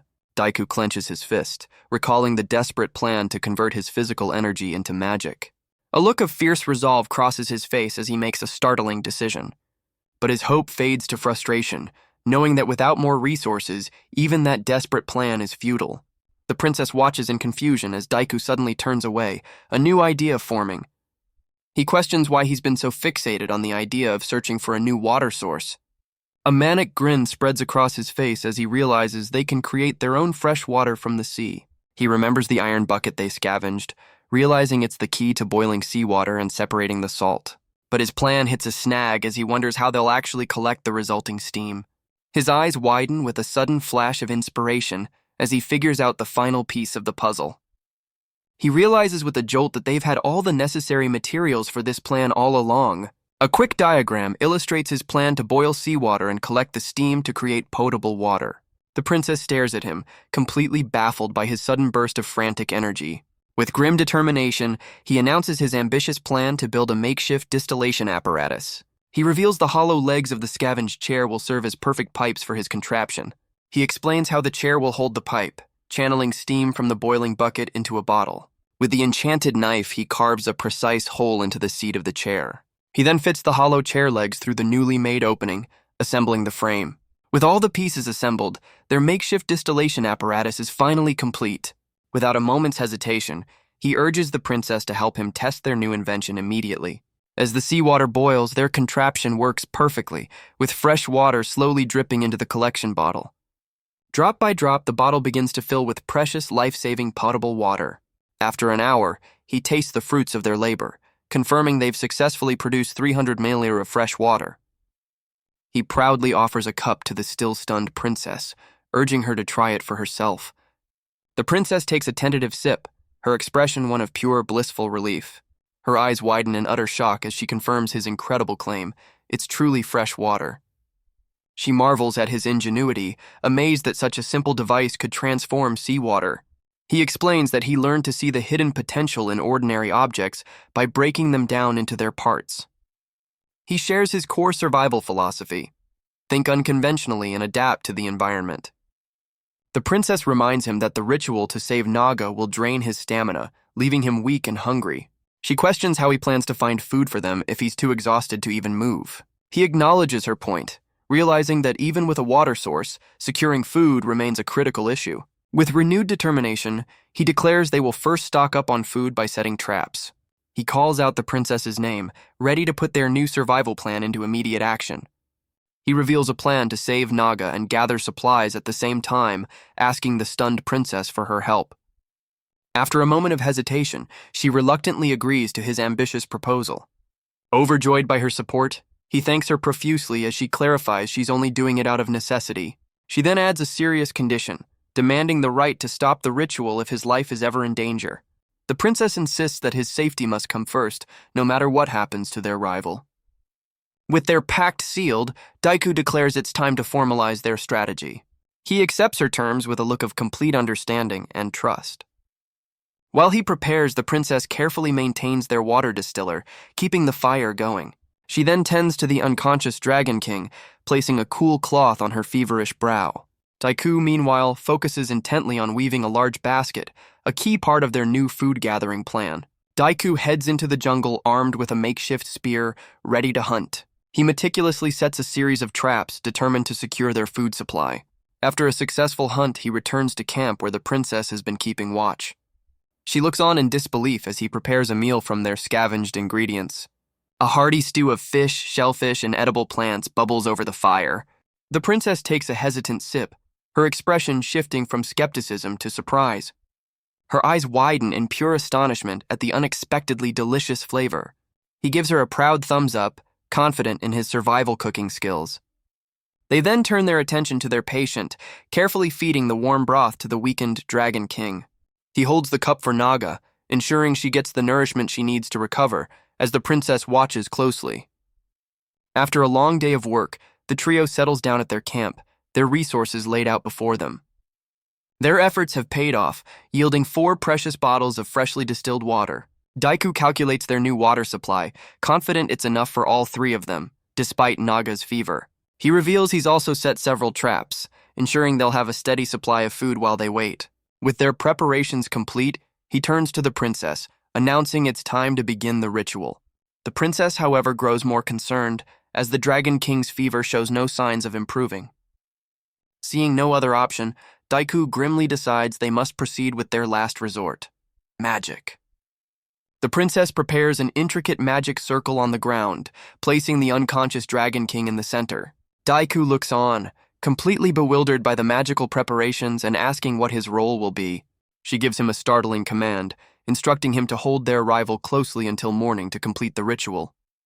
The princess explains that direct physical contact is the only way to transfer magic, leaving Daiku completely flustered. He steels his resolve, telling himself this is a purely noble act to save a life. Daiku calmly questions the princess's agitation, focused solely on the mission. With grim determination, he embraces their rival to begin the life-draining ritual. The princess begins her incantation, preparing to convert his life force into magical energy. As she casts the spell, she's stunned to hear him singing his old school's anthem instead of a proper chant. He improvises his own prayer by passionately singing the lyrics to his alma mater. Incredibly, his bizarre method seems to work as magical energy begins to flow. The ritual drains the princess, who struggles to maintain the spell while he continues his off-key serenade. Later that night, the exhausted princess finds herself unconsciously humming his school song, wondering why. The princess clutches her chest, confused by a sudden and unfamiliar pang of jealousy. Her confusion quickly twists into pure irritation as she puffs her cheeks in frustration. She silently fumes, questioning why he's being so incredibly kind to their sworn enemy. Overcome with emotion, she plops down on the sand, stewing in her annoyance. She paces by the shore, wondering why he would risk his own life for a rival they just met. But then she recalls that he showed her the very same selfless compassion when she was in need. She realizes that his unwavering kindness is precisely why she has come to trust him completely. As a bright light signals the dawn, the long night of the ritual finally comes to an end. Daiku awakens, immediately feeling the immense weight and exhaustion from the magical transfer. His eyes widen in shock as he discovers the ritual has left him completely unable to move. He looks up in horror, finding himself pinned beneath a familiar figure. The Dragon King, now fully recovered, looms over him with a flushed and determined expression. As her memory returns, she decides to pick up right where their last encounter left off. He panics, realizing his body is too weak from the ritual to offer any resistance. She ignores his desperate pleas, moving to enforce her dragonkin customs once again. The teacher is trapped, his mind racing as he realizes the gravity of his predicament. A smug grin spreads across her face, confident that her prize can no longer escape. But her advances are met with confusion as she notices his complete lack of response. Just then, the princess returns from her task, interrupting the scene as Naga suddenly yawns. The princess misinterprets the situation entirely, finding her companion in a compromising position with a now sleeping Naga. The flustered princess admits she lacks the strength, but will try to move their sleeping rival. He's stunned as she reports that the Dragon King's fever has miraculously broken. A wave of relief washes over him, grateful their desperate gamble paid off. The princess calls out his name in alarm as he suddenly stumbles, his strength failing. He realizes with dawning horror that the ritual has left him completely unable to move. After mustering every last bit of his strength, he finally manages to sit up. He sits hunched over, panting from the immense effort, utterly exhausted. His stomach growls violently, a stark reminder of his depleted energy reserves. He realizes his critical error. He's too weak to check the food traps he so carefully set. Seeing his plight, the princess offers to venture out and retrieve their food herself. The princess calls out to him, but he's too weak to respond, his mind racing with worry. He looks at her, a flicker of hope in his eyes as he realizes she's willing to help. She confirms his unspoken request, agreeing to check the traps he can no longer reach. She slings a backpack over her shoulder, ready to venture out and collect their hard-won supplies. She finds one of his traps, a large woven basket, and carefully lifts it from the water. Following the trail of his makeshift markers, she navigates the unfamiliar hunting grounds. To her amazement, the trap is a success, spilling a small but vital catch of fish onto the shore. The princess recoils in surprise, completely unprepared for the lively, flopping catch. She manages to gather the fish, carefully placing them into a bottle for transport back to camp. Armed with a scavenge tool, she continues the hunt, her initial hesitation replaced by focus. Her hunt continues as she discovers another one of his cleverly hidden traps on the ground. Inside, she finds a large rat, her eyes gleaming with the promise of more food for their camp. Her excitement instantly turns to sheer terror as the cornered animal suddenly lunges at her. Daiku guides the panicked princess, teaching her how to make a decisive strike with the enchanted knife. The ordeal leaves her shaken and exhausted, but he looks on with quiet approval of her progress. Back at camp, he rehydrates, finally able to drink some of their freshly distilled water. He notes with relief that Naga's fever has subsided, predicting a full recovery by the next day. The princess marvels that his raw life force alone was enough to cure the Dragon King's severe infection. She reflects on her own helplessness, admitting she despaired at being unable to save her rival. He confesses that despite their dire circumstances, he couldn't ignore Naga's plight and felt compelled to help. She admits that his confidence in saving their rival gave her a renewed sense of hope. He sincerely thanks the princess for her crucial role in their survival. Anastasia confesses she was terrified when he was paralyzed, but glad she could take charge. Daiku gives her full credit, stating they only survived the crisis because of her actions. Flustered by the praise, she puffs up with pride, playfully asking if he's just now realizing her greatness. Sometime later, their brief moment of peace is abruptly shattered. Daiku awakens with a jolt, feeling as though he slept for days. He's horrified to see the fully recovered Dragon King cornering the helpless princess. He cries out in alarm, demanding to know what their former patient is doing. The princess stands frozen, seemingly overwhelmed by her rival's intimidating presence. He lets out a desperate roar, screaming the princess's name in a panic. The source of the commotion is revealed to be a dead rabbit lying on the ground. The princess explains that her rival simply threw the rabbit at her as a rude awakening. She confronts the Dragon King, demanding to know the meaning behind this strange gesture.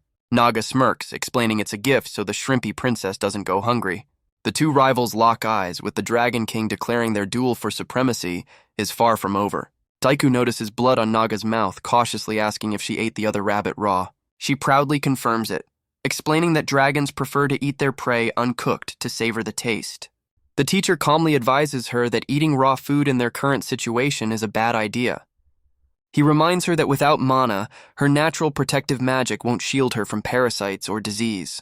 The Dragon King finally understands that her weakened state is why she's been feeling so unwell.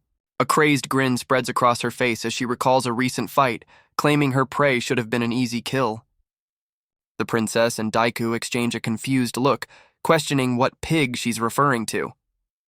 Daiku connects the dots, asking if the infected wound on her leg came from this mysterious creature. A flashback reveals she was injured while hunting a massive boar, admitting she lost the fight but not without landing a few blows.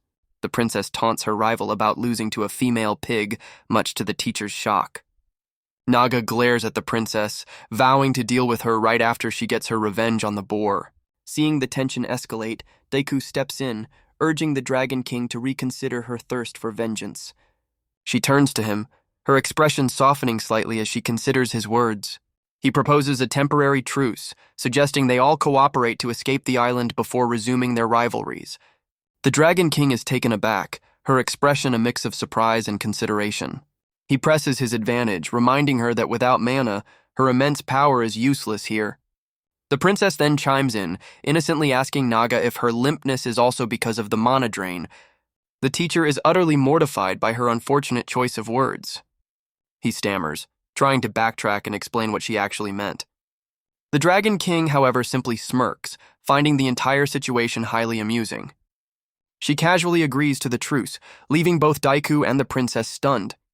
He turns to the elf princess, seeking her final approval for their unlikely alliance. With a sigh of resignation, she agrees to follow his lead, placing her trust in his judgment. The Dragon King triumphantly declares their new pact, ready to put their rivalries aside for survival. The princess eyes her rival suspiciously, questioning why she agreed to the truce so readily. Naga ignores her, instead getting uncomfortably close to Daiku with a startling proposition. She explains her desire to leave the island and resume her duel, but admits to a confusing new feeling for the teacher. With manic intensity, she declares her plan to recover her strength and then have him father her children. The elf princess is utterly scandalized by her rival's bluntness, questioning her lack of decorum. Flustered, she tries to explain the proper, sacred rituals that must come first, like holding hands. The Dragon King smirks, completely misinterpreting her rival's lecture as a confession of similar desires. She then escalates their rivalry, proposing a new competition to see who can bear the strongest offspring with him. The two princesses argue over the bewildered teacher, who begins to question the sanity of their new alliance. A new chapter begins, foreshadowing a future where the teacher can no longer escape his complicated situation. He correctly deduces the Dragon King's recent illness was food poisoning from eating raw meat. The princess offers him the shellfish she gathered that morning, but he seems to want something more substantial. The Dragon King shivers, admitting her weakened body now gets cold easily, much to the princess's surprise. She furiously rejects the meager meal, declaring that shellfish will never satisfy her voracious appetite. With a burst of pride, she vows to show them what a true Dragon King's hunt looks like. He gets a strange sense of déjà vu, while the princess simply watches in confusion. The unlikely trio sets off, with the determined Dragon King leading the way to her chosen hunting grounds. He cautiously advises her not to overexert herself, reminding her she's only just recovered from her illness. His unexpected concern catches her completely off guard, leaving her momentarily speechless. Without a word, she leaps into action, diving headfirst into the ocean with astonishing speed and power. She emerges from the waves, triumphantly holding her first catch. Daiku can only stare, stunned by her inhuman speed and agility in the water. But she scoffs at the small prize, casually tossing it aside in search of a greater challenge. Moments later, she resurfaces with a much larger fish, her competitive spirit ignited. He points out an even bigger target in the distance, and she immediately gives chase. Their hunt is cut short as he sees her suddenly go limp, floating face down in the water. Her eyes had widened with glee at the sight of her new prey, completely consumed by the thrill of the hunt. She had been on a roll, snatching fish after fish from the ocean with ferocious efficiency.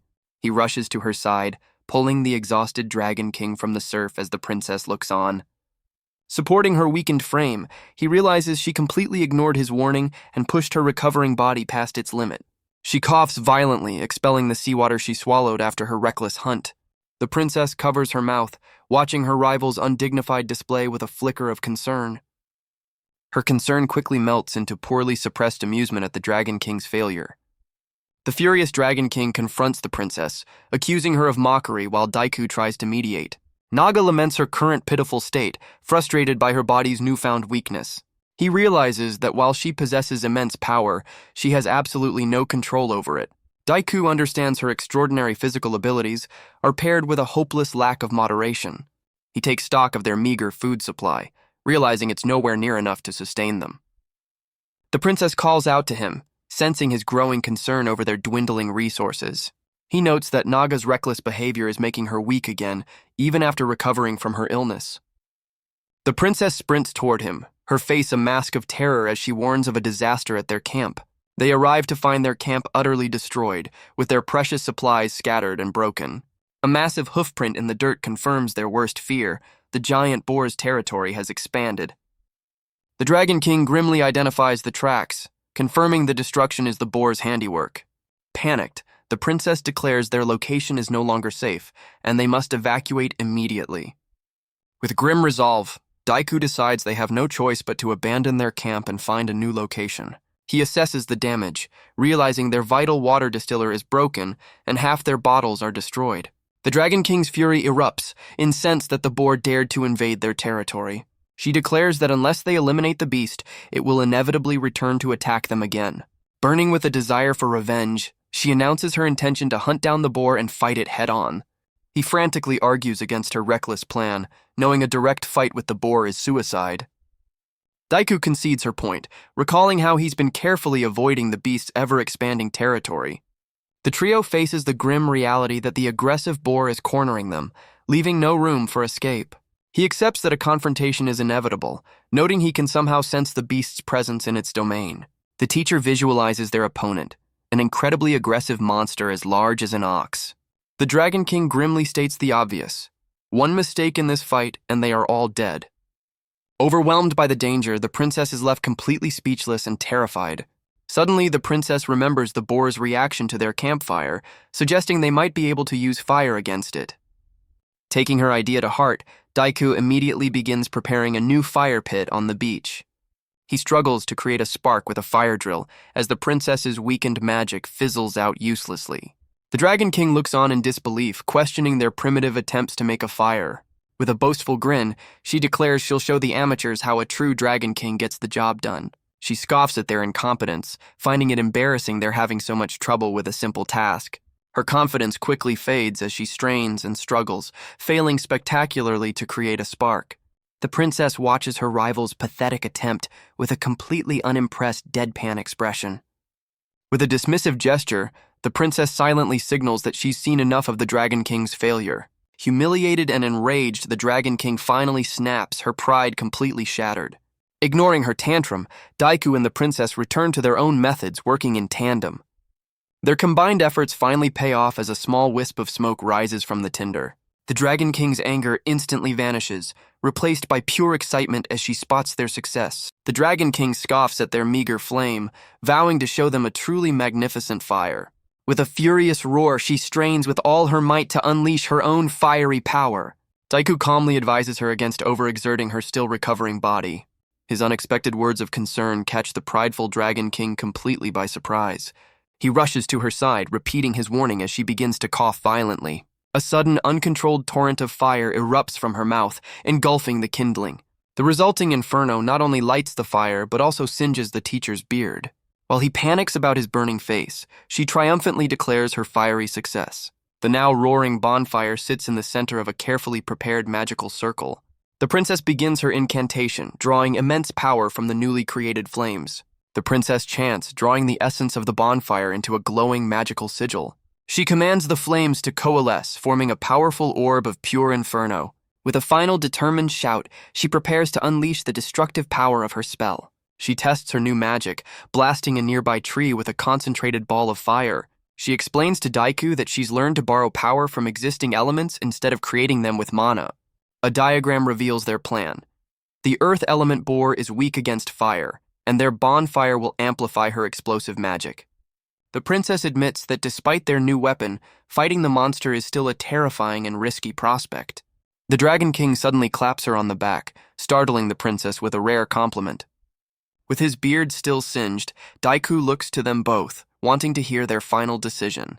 The Dragon King declares that with a weapon now ready, they have no choice but to fight. With his beard still singed, Daiku announces it's time to devise a strategy. He turns to the princesses, bringing up a plan they had apparently discussed that morning. The Dragon King is completely baffled by his words, while the princess seems to understand. The princess's face flushes with embarrassment as the Dragon King demands to know what they're talking about. The reason for their strange conversation is revealed as Daiku appears completely clean-shaven, shocking them both. He explains that since the fire singed his beard, he simply decided to shave the rest off. While the princess seems quite taken with his new look, the Dragon King is absolutely furious. Her outrage echoes through the night as she demands he grow his beard back immediately. Regardless, the now clean-shaven teacher leads his unlikely allies into the jungle, declaring their operation has begun.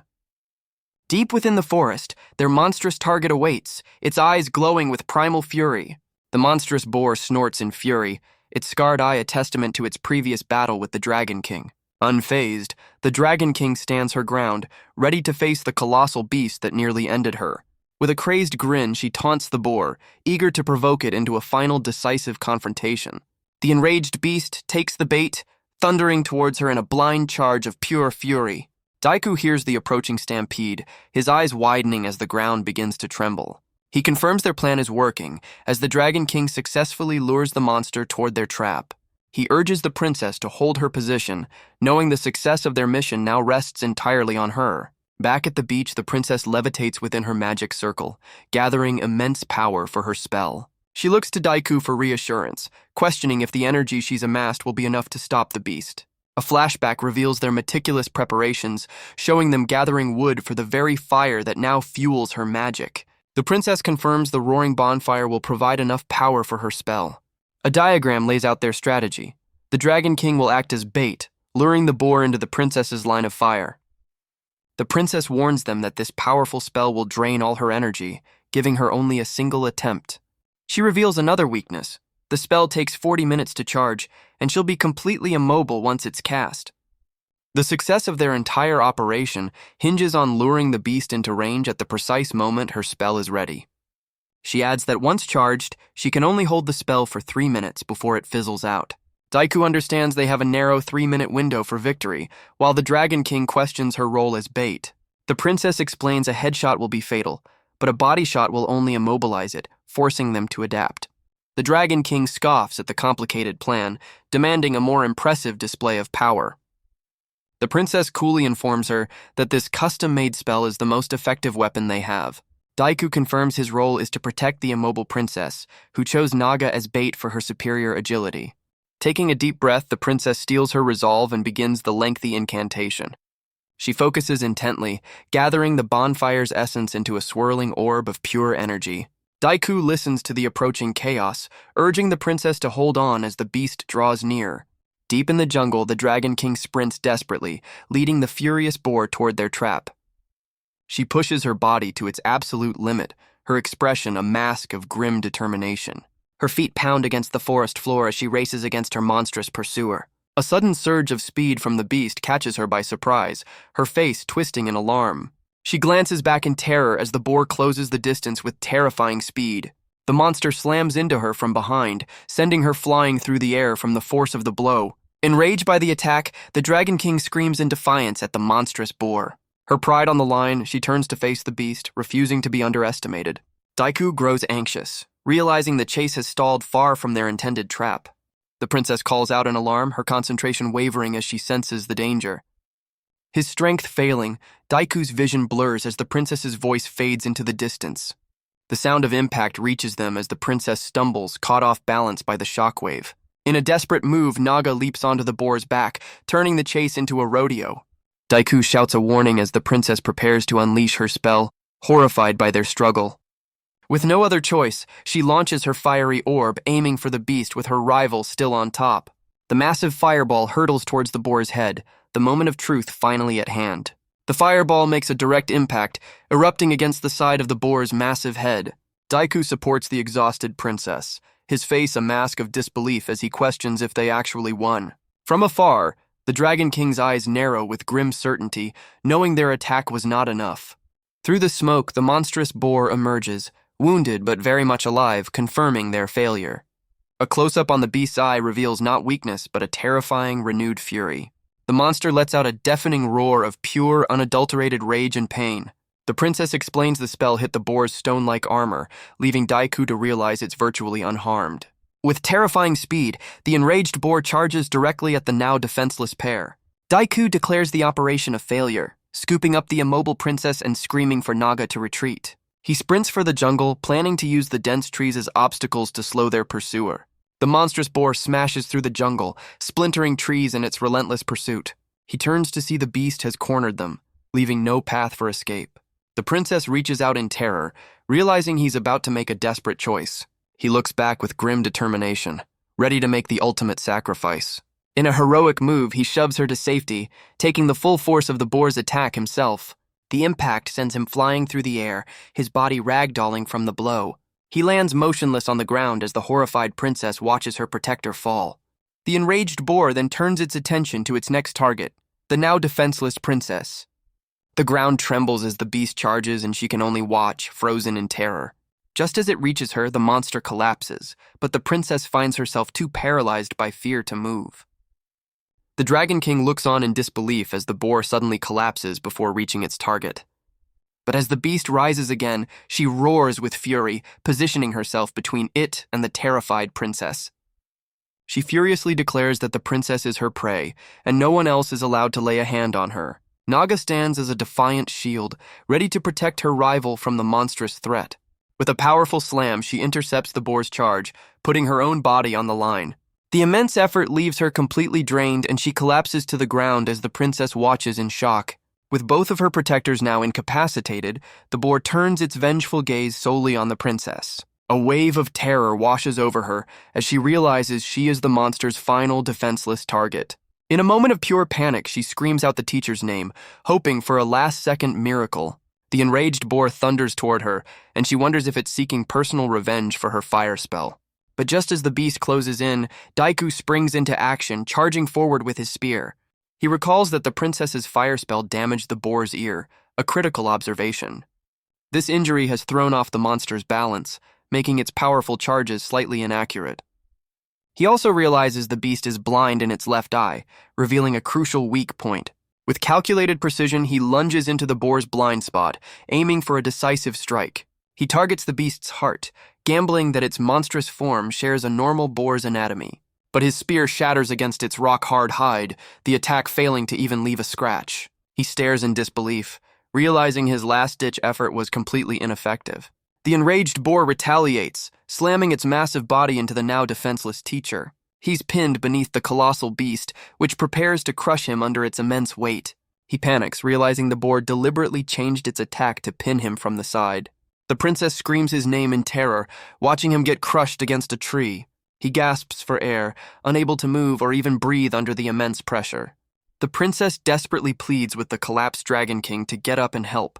Her face contorts in pure horror as she screams his name one last time. Overcome with exhaustion and fear, she can only watch helplessly from the ground. But then, the Dragon King begins to stir, slowly pushing herself up from the dirt. She rises to her feet, battered but not broken, a dangerous glint in her eyes. A split view shows both princesses, exhausted but preparing to re-enter the fight. The boar continues to press its attack, completely oblivious to the impending counter-assault. The princess lets out a desperate cry, rushing forward to save him. She plunges the enchanted knife deep into the boar's vulnerable ear canal. The blade finds its mark, piercing the monster's heart and ending the fight. Freed from the immense pressure, Daiku gasps for air, his body finally released. The colossal beast finally collapses, its reign of terror over as the survivors catch their breath. The princess sits in stunned silence, processing the brutal reality of their victory. She looks at her hands, then her face, realizing she's the one who delivered the final blow. Daiku stands over her, confirming that their monstrous foe is finally defeated. He calls out her name, breaking her out of her daze with a concerned look. Her tough facade crumbles, and she finally admits how terrified she was through her tears. Her eyes well up as she finally confesses the depth of her fear. He gently pats her head, praising her bravery and thanking her for saving him yet again. Later, the exhausted trio gathers around their fallen foe as Daiku begins preparing their meal. The Dragon King impatiently demands her food, but he explains he's learning how to butcher it from a video. Soon, skewers of tenderloin roast over the fire, promising a much-needed feast. The incredible aroma captivates both princesses, with the Dragon King drooling in anticipation. She takes her first bite, her expression shifting to pure ecstasy at the delicious taste. While his rival devours her meal, the teacher pauses to offer a silent prayer of gratitude. He thanks the beast for its sacrifice, acknowledging that its flesh will grant them life. The princess and teacher finally eat, sharing a moment of quiet respect for their hard-won meal. While the princess savors the meal, the teacher is utterly shocked by the rich, unfamiliar taste. They both collapse in a state of pure bliss, overwhelmed by the first satisfying bite of meat in weeks. Their peaceful meal is abruptly interrupted by a rustling sound from the dark jungle. A mysterious horned figure emerges from the trees, her silhouette radiating an ominous aura. The stranger suddenly stumbles forward, collapsing directly into the teacher's arms. He calls out in concern, checking on the newcomer as the princess looks on. The demon girl looks up weakly, explaining she was drawn by the smell of food and begs for a bite.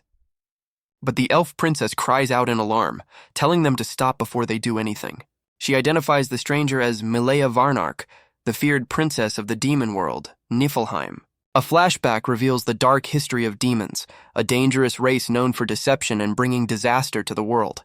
The Dragon King and princess immediately object, refusing to share their hard-won meal with a suspicious stranger. Daiku observes the demon girl, realizing she's just as clueless about their predicament as they are about her. The demon princess tearfully denies her dangerous reputation, insisting she's just a helpless woman on the brink of starvation. He tries to reason with them, pointing out they have more than enough food and reminding them of their own recent desperation.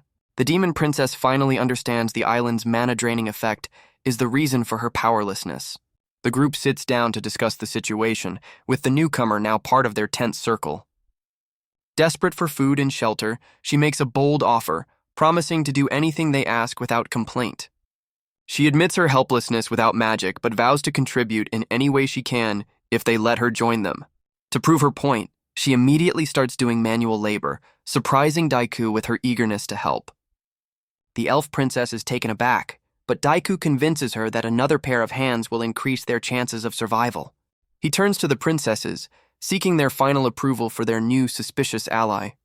But the demon princess smirks, privately gloating over how easily she manipulated the human. She puts on a show of gratitude, overwhelming the flustered teacher with a tight embrace. Meanwhile, the other two princesses discuss their own rivalries, still wary of each other despite the truce.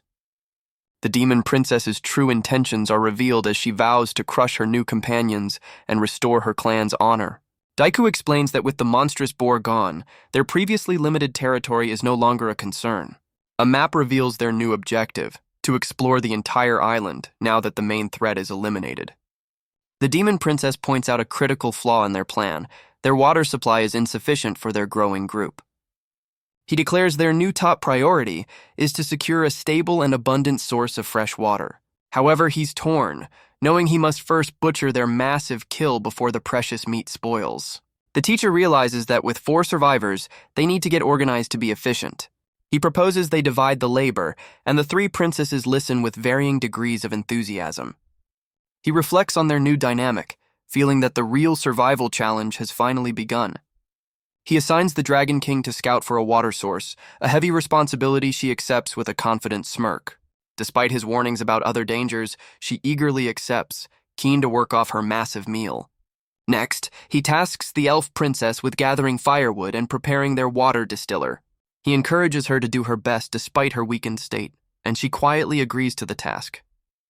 Finally, he turns his attention to their newest member, the demon princess Malaya.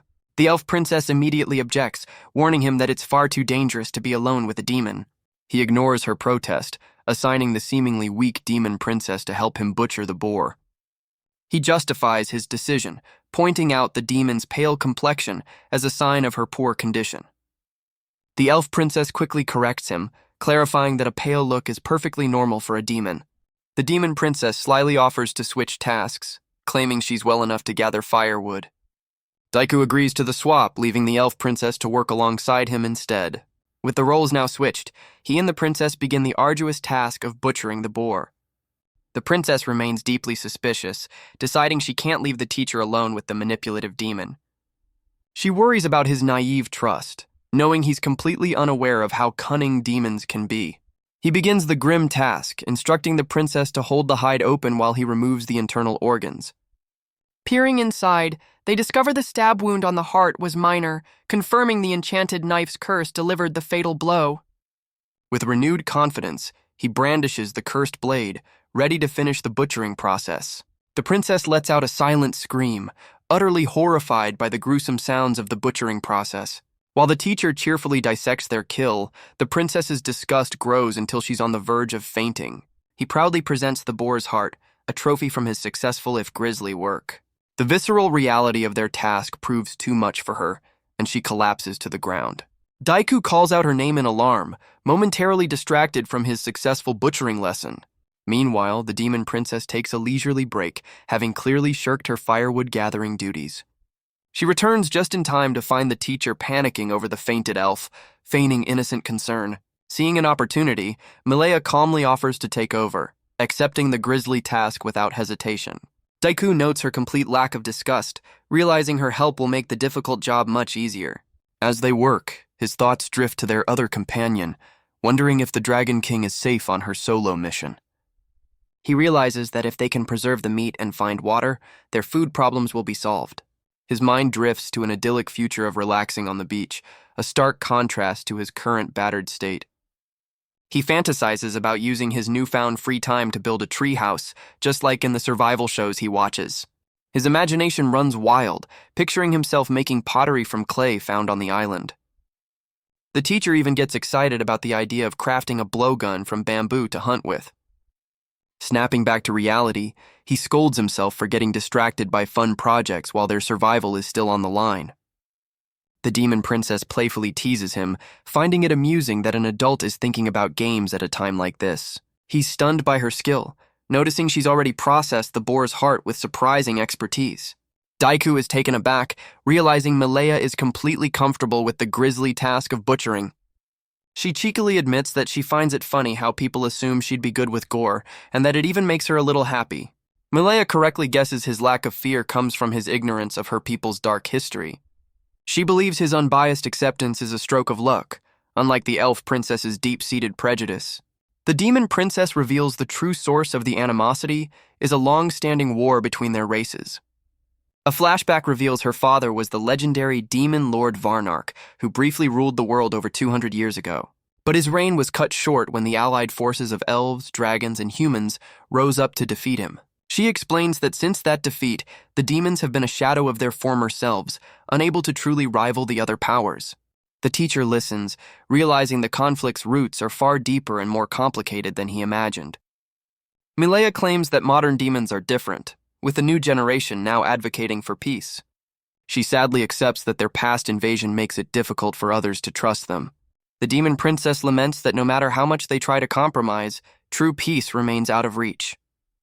He reflects on his past, recalling how even his most troubled students were good people underneath.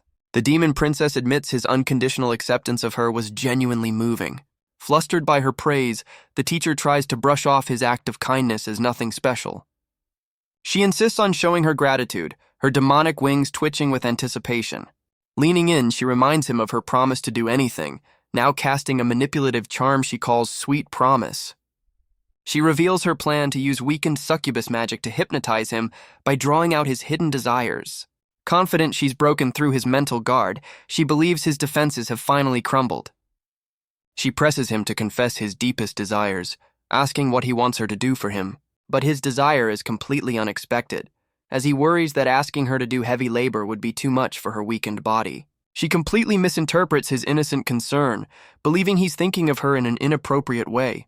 He worries that his pottery hobby would be too messy for her, completely missing her suggestive tone. The demon princess, however, completely misinterprets his innocent hobbies as a desire for a different kind of messy activity. His mind continues to wander to his other innocent survival fantasies like crafting a blowgun. Convinced her charm is working, Malaya leans in closer, preparing to make her move. Her eyes swirl with hypnotic power as she believes she's about to fulfill his secret desires. She rests her head on his lap, smugly concluding that all men are predictable and easily swayed. Malaya looks up at him with confidence, certain that he is now completely under her control. Their moment is shattered as the Dragon King returns from her scouting mission with a triumphant roar.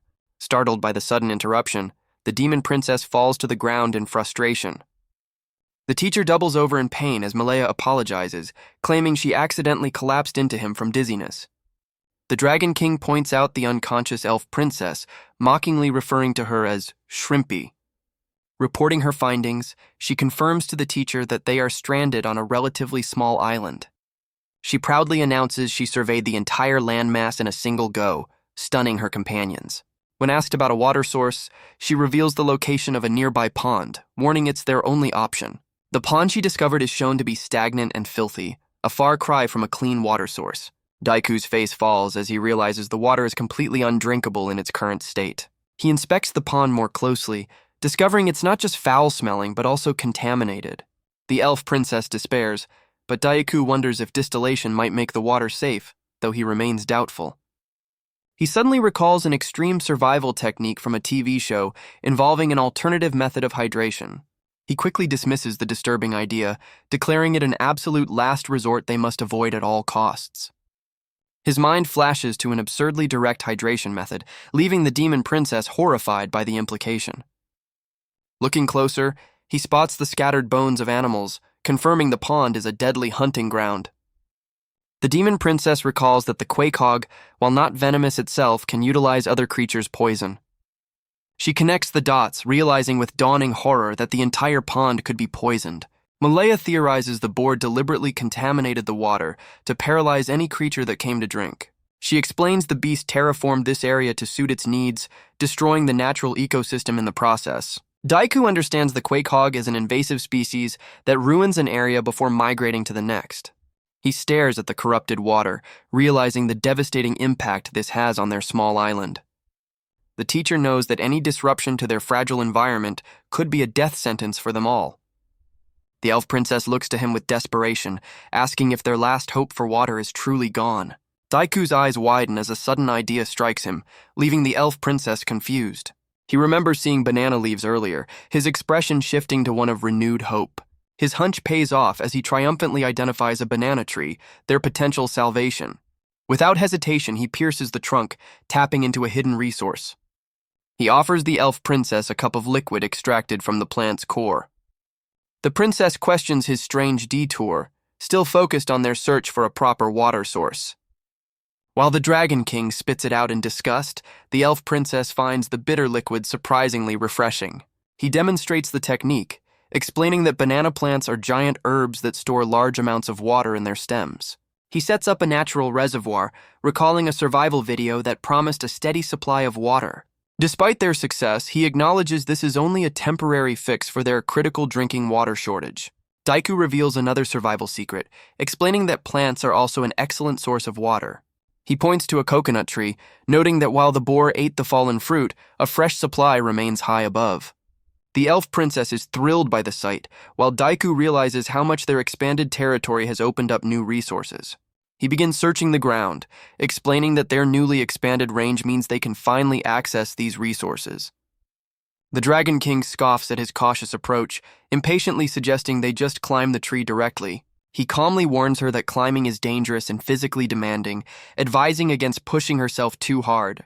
Ignoring his advice completely, the Dragon King effortlessly scales the tree to prove her point. As coconuts rain down, Daiku wisely decides to leave the harvesting to the overeager Dragon King.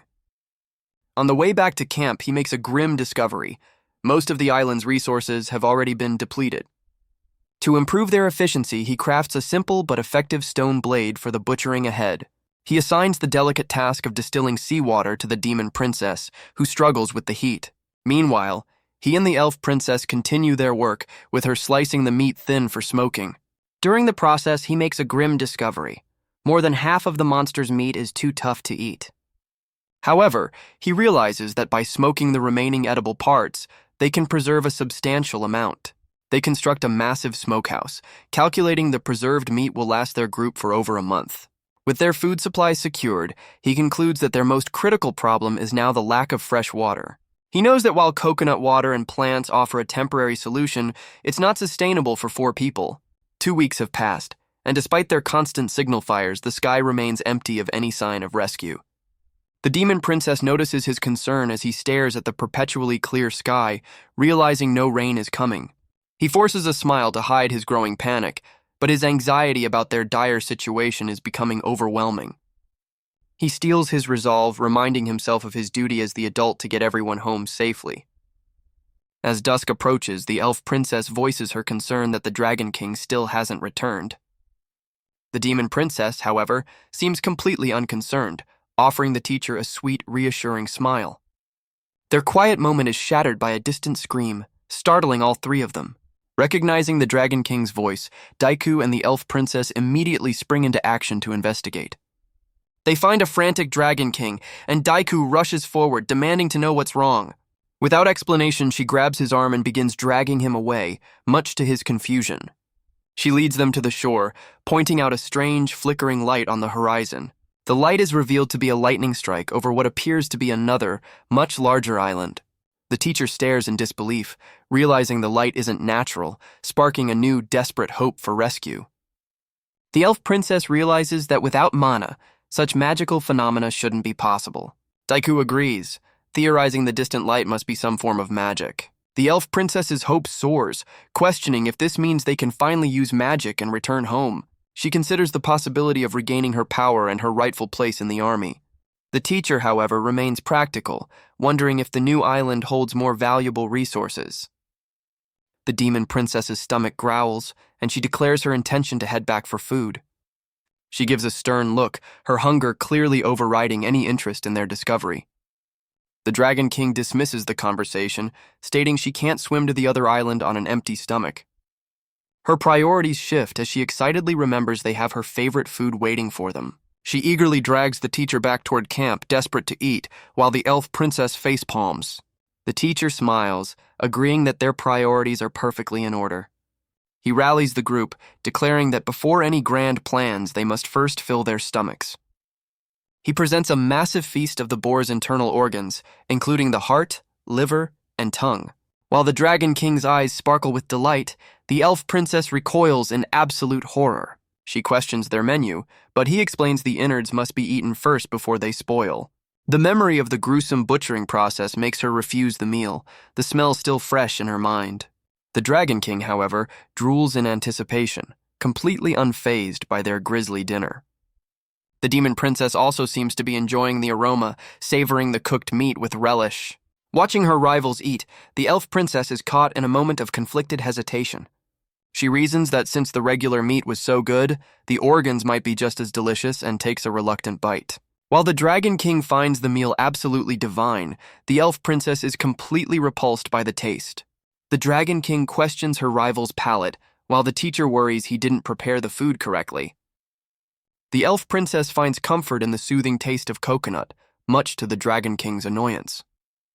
She kindly offers the coconut to her rival, suggesting it will cleanse the unpleasant taste from her mouth.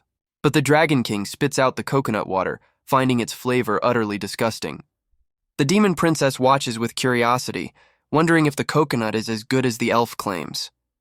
The Dragon King's eyes widen in sheer disbelief and fury at the taste. She dramatically declares how awful it is, her reaction completely over the top. Her intense glare and exaggerated disgust highlight her incredibly picky palate. The demon princess smugly lectures them, calling them children for not appreciating such a delicacy. The demon princess mocks the elf's picky eating habits, finding it amusing that a royal can't handle innards. Malaya internally recalls the elf princess's fearsome reputation for destroying armies with a single spell. She scoffs, believing a sheltered princess could never understand the grim reality of a true battlefield. Meanwhile, the Dragon King leans back, completely satisfied after devouring her hearty meal. Re-energized by the food, she feels a surge of power returning to her body and turns to Malaya. With her strength restored, she immediately challenges the demon princess to a fight. The teacher and demon princess look on as the Dragon King eagerly demands a sparring match. She grabs Malaya's shoulder, keen to test the legendary strength of the demon race for herself. Daiku tries to intervene, but the Dragon King simply smirks, her mind set on a battle. The demon princess panics, desperately trying to explain that she's in no condition for a fight. The Dragon King identifies Malaya as the daughter of the demon lord, questioning if she inherited his power. Ignoring the teacher's protests, the Dragon King aggressively grabs the startled demon princess. But she's taken aback by Malaya's complete lack of resistance, her expression shifting to confusion.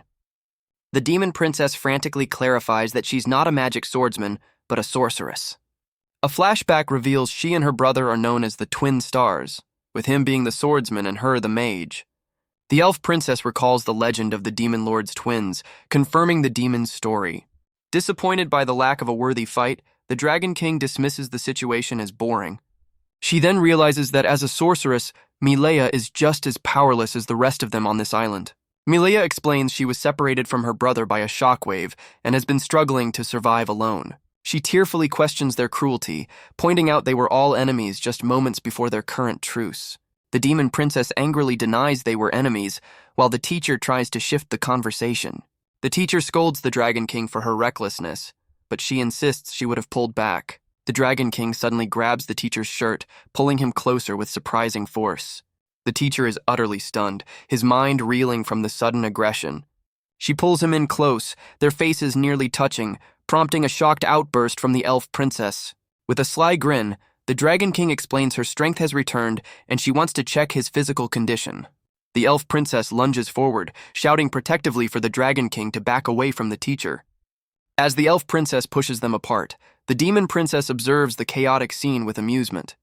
The demon princess smirks, realizing she has found something amusing to exploit. The Dragon King is shocked by his physical condition, exclaiming how unexpectedly firm he is. The Dragon King glares at the elf princess, annoyed by her rival's interference. She playfully clarifies her comment, hinting at a misunderstanding about his physical state. He pulls out the enchanted knife, explaining that's what she felt through a hole in his pocket. The teacher looks away in embarrassment while the demon princess stares at him blankly. The elf princess questions why he'd keep a precious talisman in such a place, and he apologizes sheepishly. Bursting with energy, the Dragon King declares she's going to run 100 laps on the beach. The teacher realizes they must carefully manage the Dragon King's food intake to control her explosive energy. He then turns to the demon princess, asking to check on her injury as she covers her face. Malaya immediately seizes the opportunity, leaning into him and grabbing his shirt for support. With tears in her eyes, she plays the victim, claiming he's the only one who is truly kind to her. The elf princess clenches her fist, barely containing her irritation at the demon's display. Meanwhile, the re-energized Dragon King sprints along the moonlit shore, burning off her massive meal. Later that night, the exhausted survivors rest around the campfire, each lost in their own thoughts. Daiku proudly inspects his handiwork, having successfully prepared the boar's hide for tanning. He reflects on his success, admitting he learned the entire grisly process from a survival video on his phone. A glance at the time reveals the sun is about to rise.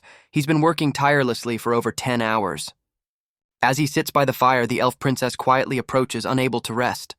She offers him a coconut, a small gesture of kindness after the long and chaotic day.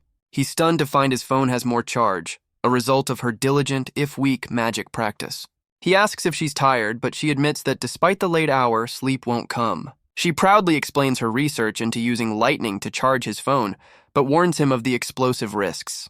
He asks her a serious question, wondering if reaching the source of the lightning will truly lead them home. She correctly guesses his unease is tied to the mysterious lightning they witnessed on the distant island.